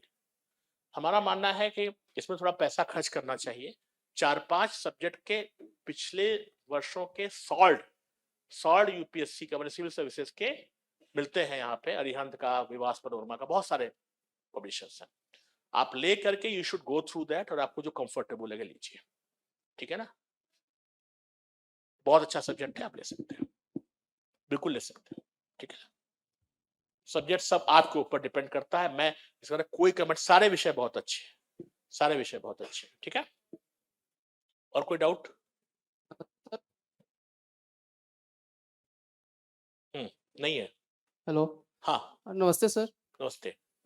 एज ए स्टूडेंट, जैसे मैं प्रीवियस उसका क्वेश्चन सॉल्व करना होता है, क्या ऑप्शनल के थ्रू हम लोग बेस पे तैयारी करना क्या उचित होगा? नहीं, ये केवल आपको प्रैक्टिस करने के लिए है। ये मान जैसे के चलिए कि क्वेश्चन पेपर में सेम क्वेश्चन कभी रिपीट नहीं होते हैं। एक अच्छे प्रैक्टिस के लिए जरूरी है कि उस क्वेश्चंस के ऑप्शंस की भी को भी एनालिसिस किया जाए। मान लो कि क्वेश्चन पूछा जाए कि भारत की सबसे लंबी नदी कौन सी है, उसमें गंगा भी है, ब्रह्मपुत्र भी है, 4 और नदियां हैं। तो उस ऑप्शनल्स की भी, जो मैंने कहा लोकस एंड फोकस में, कि ब्रह्मपुत्र की तब क्या विशेषता है, बस समझ में आ रही है? तो फिर कावेरी अगर ऑप्शन, तो कावेरी की क्या विशेषता है, समझ में? तो वो केवल उस प्रैक्टिस के लिए होना चाहिए। ये बिल्कुल गलत भ्रांति है कि क्वेश्चन पेपर हम सॉल्व करके एग्जामिनेशन निकाल सकते हैं। वो जो टेस्ट सीरीज होता है उसमें बड़ा अच्छी बात उन्होंने पूछा, उस क्वेश्चंस के जो ऑप्शंस हैं उसकी भी स्टडी करनी चाहिए कि why that option has been asked. Clear?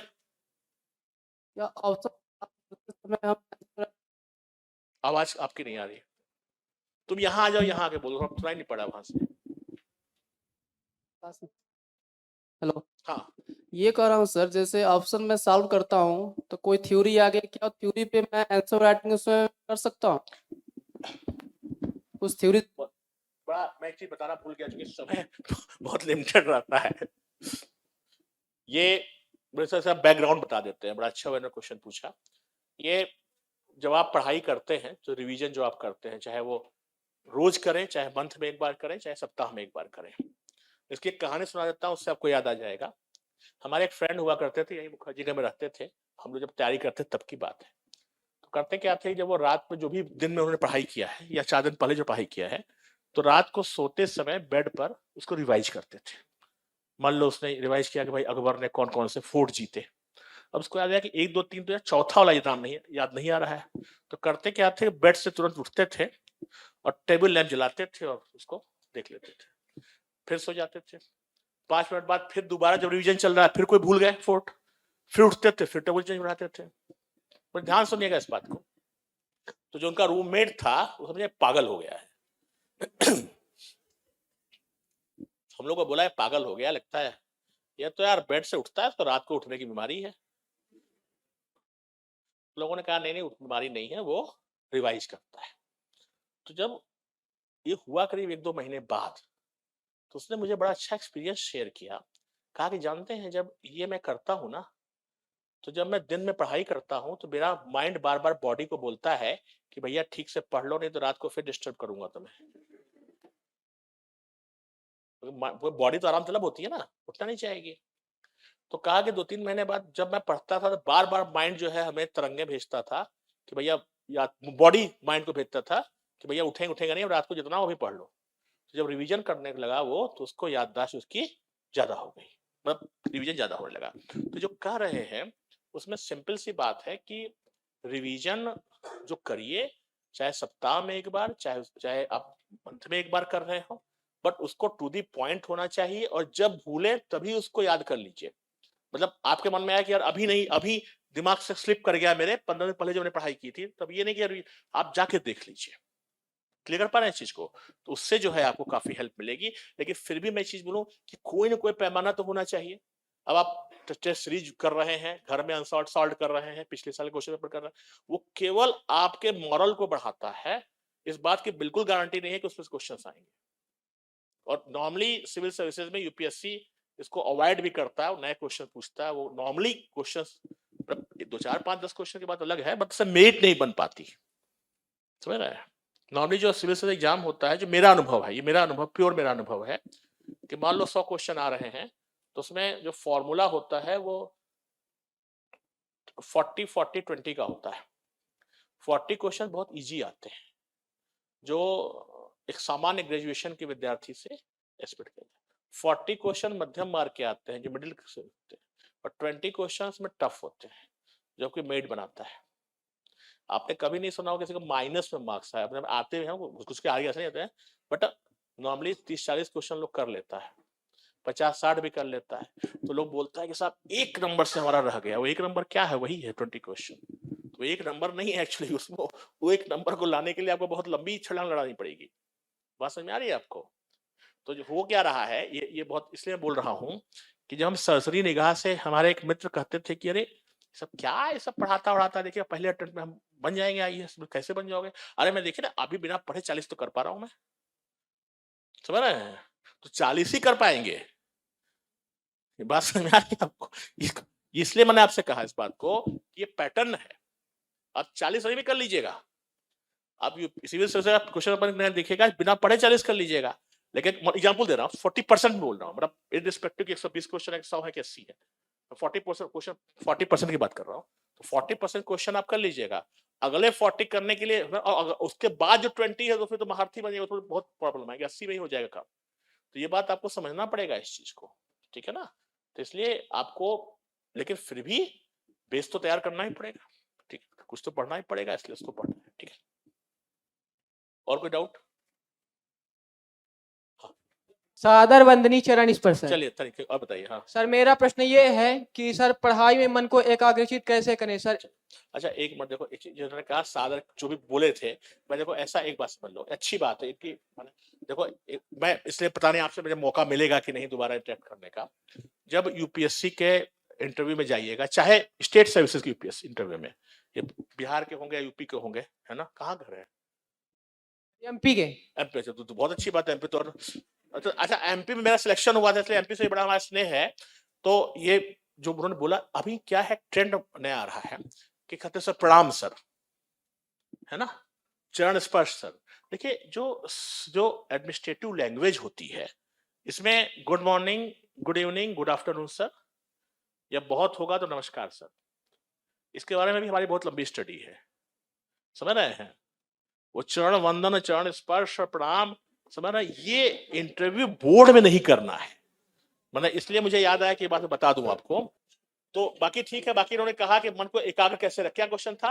मन को पढ़ाई में लगातार मन को एकाग्रचित कैसे करें? हाँ, वो तो उत्तर मैंने आई थिंक दे दिया था, बहुत क्लियर बात है, एकाग्र कैसे रखें, है ना? तो इसको किसको इसका उत्तर नहीं पता है? मैंने जो बताया सबको पता है ना, एकाग्र कैसे रखें। मैंने वही कहा कि हमेशा जब आप पढ़िए, मदर को फोन पे बात करिए, और उसके बाद मैंने दूसरी बात आपसे कहा था कि मोटिवेशन का फैक्टर आपके पास होना चाहिए, क्योंकि ये पूरी साइकिल है। मान लो एक बार पीटी में नहीं हुआ तो अगली बार फिर 1 साल बाद ही नहीं दीजिएगा।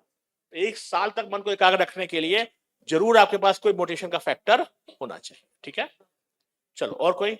हाँ हेलो। हाँ सर, नमस्ते सर। नमस्ते सर। सर मुझे ये पूछना था कि जॉब के साथ टाइम मैनेजमेंट कैसे करें? ये बहुत अच्छा क्वेश्चन है। बहुत लोग जॉब करते हैं, उसके साथ भी मेरा मानना है कि निश्चित रूप से जॉब के साथ आप कर रहे हैं तो बहुत बड़ी बात है ना? लेकिन मैं ऐसा देखा हूँ, बहुत सारे उदाहरण हैं कि सिलेक्शन बहुत सारे हुए। इवन मान लो किसी का आईपीएस में हुआ, वो आईएएस में भी बना है ना? तो बिल्कुल आप कर सकते हैं। इसमें यही है कि जॉब के साथ थोड़ा सा आपको सोने के समय में कमी करनी पड़ेगी, छुट्टी के समय डिपेंड करता है जॉब का नेचर क्या है। अब मान लो अगर ऑफिस में किताबें ले जाना अलाउड है तो ले जा सकते हैं, जॉब के नेचर पर डिपेंड करता है। लेकिन फिर भी ऐसे बहुत सारे उदाहरण हैं जहां पर सिलेक्शंस हुए हैं।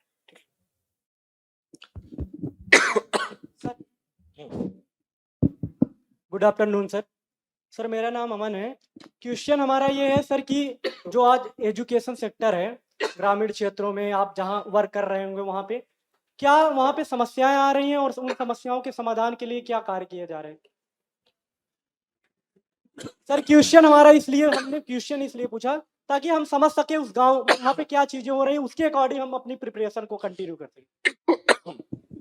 देखो एक मिनट, इसको प्रश्न का उत्तर हम दे दे रहे हैं, लेकिन इस प्रश्न का पहला उत्तर तो ये है कि गांव में आज भी जो जो चीजें हैं वो काफी तेजी से इम्प्रूव हो रही हैं। एक समय ऐसा था जब गांव में सिर्फ सरकारी स्कूल हुआ करते थे, बीच के समय में प्राइवेट सेक्टर में स्कूल भी बहुत आए, लेकिन अब फिर से गवर्नमेंट की पॉलिसी ऐसी रही है, जब न्यू एजुकेशन पॉलिसी हम लोग सबसे चर्चा भी कर रहे थे कि न्यू एजुकेशन पॉलिसी जो है वो गांव और शहर के डिवाइड को खत्म कर देगा, सभी जगह सेम तरह के सिलेबस आएंगे। तो एजुकेशन सेक्टर की अगर हम बात करें तो हो सकता है कि सरकारी स्कूलों में चीजें उतनी इंफ्रास्ट्रक्चर वाइज डेवलप ना हो, लेकिन टीचर आज भी अच्छे हैं नो डाउट, और आज भी गांव के बच्चे बहुत आते हैं, लेकिन फिर भी इसको समझने के लिए कि साहब हमारा कंपटीशन किससे है, इसके लिए इस प्रश्न के उत्तर की आवश्यकता नहीं है, क्योंकि हमारा कंपटीशन किससे है, खुद से है ना। तो ये महत्वहीन है कि हमारा साथी क्या कर रहा है, हमारा ये महत्व इस बात का है कि हम कैसे अपना टाइम मैनेजमेंट कर रहे हैं। ठीक है, चलिए और कोई क्वेश्चन। सर मेरा क्वेश्चन ये है कि समुदाय मतलब ग्रुप में पढ़ाई करना कितना अच्छा रहता है, और ये डिपेंड करता है कि आपका ग्रुप कैसा है। अब साहब ये जान रहे हैं कि मैं क्या बोलने वाला हूं। अब एक ग्रुप हमारा भी था 2007 में, मुखर्जी के में रहते थे, 4-5 लोग थे ग्रुप में, तो टॉपिक होता था भाई आज हम लोग डिस्कस करेंगे एल निनो पर और ला निनो पर, तो आते थे सब लोग पढ़ के, तो बोले गिरिवर जी समोसा मंगाइए ना। तो समोसा आता था तो कहते थे बगरवाल का बनाएगा कि मेरठ का खाइएगा, फिर चाय भी पी लीजिए। समोसा खत्म हुआ, चाय खत्म हुआ, कहा देखिए मौसम बड़ा अच्छा है, चलते हैं मूवी देखने। तो ये भी डिस्कशन है। मेरा कहना यह है कि डिस्कशन हमेशा सेम माइंडसेट के लोगों के साथ होना चाहिए। हालांकि जो डिस्कशन हम लोग करते थे वही बड़ा अच्छा था, उससे माइंड डेवलप होता था ना, आपको हंसी मजाक भी करिएगा थोड़ा।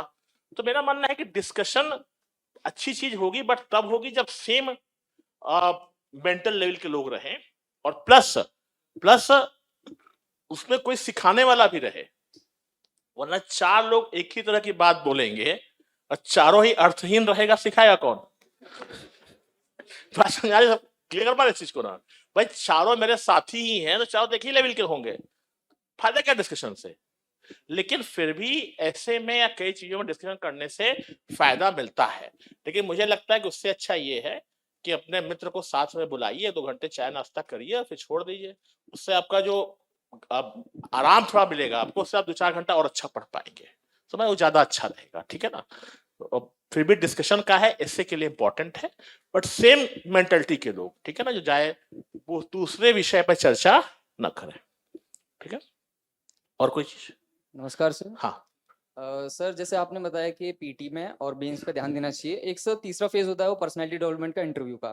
तो सर कभी कभी क्या होता है कि हम पर्सनालिटी डेवलपमेंट के फेज को ज्यादा बढ़ा देते हैं, जिसकी वजह से पीटी और मेंस का जो लेवल होता है वो कम हो जाता है। जैसे मैं बेसिकली जैसे एक्स्ट्रा करिकुलर बुक्स पढ़ने लग जाता हूँ किसी ऑथर की या किसी चीज की, तो उस पर मुझे कितना रेशो देना चाहिए कि उसको इतना ठीक है तो काम चल जाएगा, क्योंकि अगर ज्यादा बढ़ाएंगे तो प्रॉब्लम हो जाएगी। देखो ऐसा है, इसका पहले इसका जब बैकग्राउंड समझ लो। ये भी है, हमारे एक फ्रेंड हुआ करते थे, वो इंजीनियर थे बेसिकली, तो उस समय लैपटॉप वगैरह बड़ा मतलब एलीट क्लास का माना जाता था। 2007 में लैपटॉप सब लोग नहीं रख पाते थे, तो भाई साहब लैपटॉप रखे थे HP का, और करते क्या थे कि जितना पब्लिक एडमिनिस्ट्रेशन की थ्योरी है उसको डायग्रामेटिक फॉर्म में बनाते थे, समझ रहे हैं। तो किताब का उठा करके उसी को डायग्राम बना देते थे। हम लोग को लगा साहब बड़े ब्रिलियंट आदमी है, पीटी तक नहीं हुआ, सो पीटी में भी ऑप्शन होता था। यही बात ये पूछ रहे हैं। देखिए ऐसा है कि कोई भी चीज हो, जब हम पढ़ाई करते हैं तो हमें उसकी बेसिक चीजों को समझना पड़ेगा, बेसिक चीज को समझना पड़ेगा, और बेस से ही हमें स्टडी करनी पड़ेगी। कोई भी चीज हम जा करके उसके साइंस टेक्नोलॉजी के उसके एस्पेक्ट को समझना, सबसे पहले शुरुआत हमें जो कोचिंग के नोट्स हैं या कोचिंग के नोट इस पर डिजाइन किए जाते हैं, जो एनसीईआरटी से भी हेल्प लेकर के उसी बैकग्राउंड पे होते हैं, तो बेसिक नोट्स को समझने के बाद ही हमें आगे चल करके और चीजें करनी चाहिए। लेकिन ये है कि अब आप कहेगा साहब हम कुछ और भी मटेरियल लेके पढ़े, तो सबका कोई बहुत महत्व नहीं है। पहले ये है, लेकिन पर्सनालिटी टेस्ट की जो बात कर रहे हैं, देखिए पर्सनालिटी टेस्ट में हमारी एक राय है, और ध्यान से समझिएगा, आपका व्यक्तित्व स्वयं का बहुत अच्छा है, आप दूसरे से तुलना क्यों करते हैं? आप किसी की जीवनी नहीं क्यों पढ़ते हैं? आपके माता पिता ने आपको जन्म दिया है और आप विशिष्ट हैं। मैंने अभी भाषण में इस बात को कहा भी था कि विवेकानंद क्या कहते हैं, know your value and believe that you are the most important person of the world. और ये वैल्यू समझने के लिए, घमंड के लिए नहीं है, गर्व के लिए है। अब दूसरे की जीवनी पढ़ने की आवश्यकता क्यों है? इसलिए कि जब जिसकी जीवनी पढ़ रहे हैं उसकी परिस्थिति दूसरी थी, इसकी परिस्थिति दूसरी थी। अगर इस एंगल में बात किया जाए तो इस देश में बहुत सारे क्रांतिकारी हैं, उस समय उनकी जो है फंक्शनैलिटी थी, वो जरूरियत थे उस समय देश को आजाद करने के लिए। आज उसी क्रांतिकारी को हम लोग टेररिस्ट बोलते हैं। भाई देश के अगर अगेंस्ट करिएगा तो समय के अनुसार उसका नोमेनक्लेचर चेंज हो जा रहा है, व्यक्ति तो वही है, वो तो वही काम कर रहा है। यहां पर इस चीज समझना पड़ेगा कि हमें कि सिविल सर्विसेज में जो पर्सनालिटी टेस्ट जिसे बोल रहे हैं, उसमें व्यक्तित्व बनाने के लिए हमें किसी के व्यक्तित्व की कॉपी नहीं करनी है। व्यक्तित्व वही अच्छा है जो हमारा अपना है, और मूल व्यक्तित्व होना चाहिए। मूल व्यक्तित्व मतलब जैसे हैं वैसे ही, इसमें कोई भी प्रकार का किसी प्रकार का लेप नहीं होना चाहिए, किसी प्रकार के आर्टिफिशियल चीजें इसमें नहीं होनी चाहिए। ठीक है, तो कोई आवश्यकता नहीं है। मैंने कहा कि कितना बड़ा व्यक्तित्व हो, पूछे कि whether land should be sold or not, इसका उत्तर क्या दीजिएगा? बस समझ में आ रही है? इसलिए मेरा मानना है कोई आवश्यकता नहीं है। हॉबी इंपॉर्टेंट होती है, क्योंकि हम लोग जब तैयारी करते हैं तो प्रैक्टिकली कोई हॉबी नहीं होती है। तो क्या हॉबी होगी? मतलब गर्ल्स के केस में कहा सिंगिंग है, और सिंगिंग शायद ही किसी को करता, मुझे पोएम लिखना आता है, क्रिकेट खेलना आता है, बॉयज बोलते हैं। बट क्या मतलब, ये तो ऐसी चीज कहीं से हम लोग बना करके ही करते हैं, वो एक अलग बात है। हॉबी पर क्वेश्चन पूछे जाते हैं, लेकिन बाकी किसी का व्यक्तित्व पढ़ने की बहुत आवश्यकता नहीं है। हाँ, जब तैयारी वगैरह हो जाए, इंटरव्यू का समय आ जाए, तो एक दो चीजों को पूछा, किससे आप प्रभावित हैं? मैं तो माँ से प्रभावित है, जैसे पंडित जी होते हैं टॉल्स्टॉय से प्रभावित है, माँ से, फादर से, मित्र से, फ्रेंड से, है ना? ये बात समझ में आ रही है? आपका आदर्श व्यक्ति कौन है? मेरे माता जी, मेरे नाना जी। जरूरत नहीं, क्या जरूरत है कि हमको साहब बोले कि हम तो साहब हमारे तो वो अमेरिका वाले हैं। ये बात बहुत क्लियर रखना चाहिए, ठीक है ना? हम जिस परिवेश में रह रहे हैं उसी परिवेश की बातें करनी चाहिए, ठीक है? चलिए, और कोई इशू? नमस्कार सर। हाँ नमस्कार। एक शॉर्ट और रचनात्मक नोट्स बनाने के लिए किन किन बातों को ध्यान में रखना चाहिए? देखो देखो देखो देखो, अब तो हमसे पूछे हो तो हम बताएंगे, लेकिन ये फिर एक नई परंपरा आ जाएगी। उसमें क्या क्या, अब उस पर तुम आओगे तो उसमें तो फिर हम उसके आंसर को क्रैक करके करेंगे। लेकिन एक बात समझ लीजिए कि अपने आप में कोई भी नोट्स जो होता है वो आइडियल नहीं होता है। चाहे टॉपर भले ही बन जाइए, देखिए तो अलग चीज है, यूपीएससी के टॉपर भले ही बन जाइए सिविल सर्विसेज के, बट वो नोट आइडियल है कि नहीं, इस पर हमें अभी शंका रहेगी। मेरा मानना है कि आपके अपने नोट्स होने चाहिए, लेकिन फिर भी चूंकि आपने पूछा है तो उस वो करवा दीजिए इसको सर, हो जाएगी। नोट्स में पहले इंपॉर्टेंट चीज जो होती है कि इसमें सबसे पहले सारगर्भिता होनी चाहिए। इसका अर्थ क्या होता है कि शॉर्ट नोट होना चाहिए, वर्ड को, अब ये नहीं, एग्जाम्पल समझिए, अपने बारे में मेरा नाम ये है, मेरे पिताजी का नाम ये है, मेरे माताजी का नाम ये है। अब 3 सेंटेंस हुआ, इसको आप एक ही सेंटेंस से बोल सकते हैं।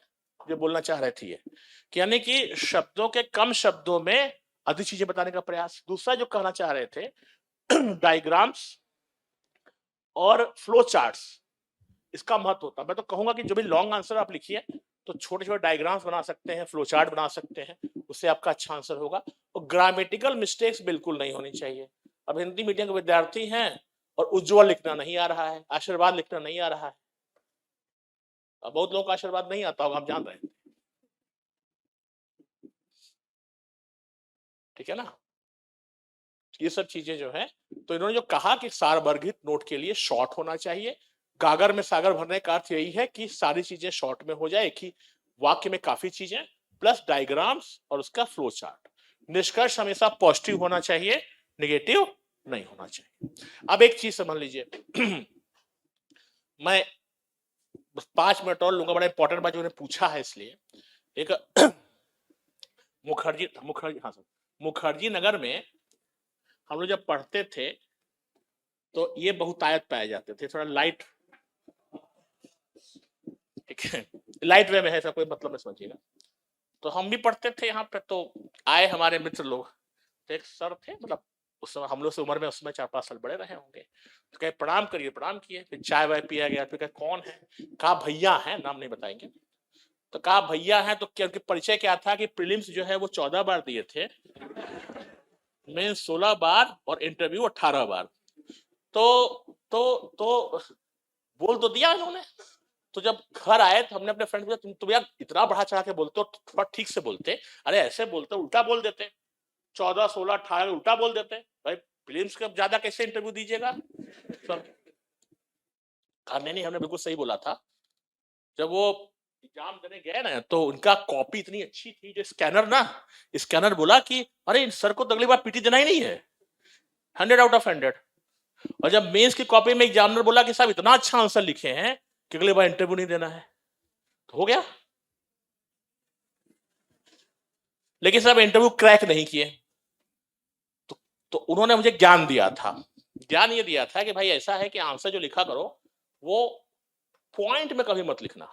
सुन लीजिए पहले ध्यान से, आंसर को पॉइंट में मत लिखो, और हेडिंग तो बिल्कुल नहीं बननी चाहिए, और कॉपी में डायग्राम तो बिल्कुल नहीं, बस एक फ्लो में लिखते जाइए, समझ रहे हैं। तो आप भी ऐसे से लोगों से, नाम नहीं लूंगा, सतर्क रहिएगा।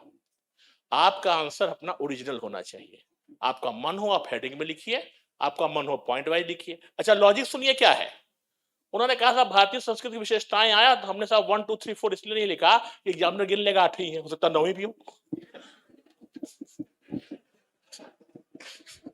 अरे तो एग्जामिनर को सब पता है भाई, 9 क्या 12 हो सकती है, हमें जितना आता है उतना ही लिखेंगे, बस समझा रही है। उनका लॉजिक भी था, इस पर डिस्कशन हुआ हमारा, भाई आप क्यों ऐसा बोल रहे हैं।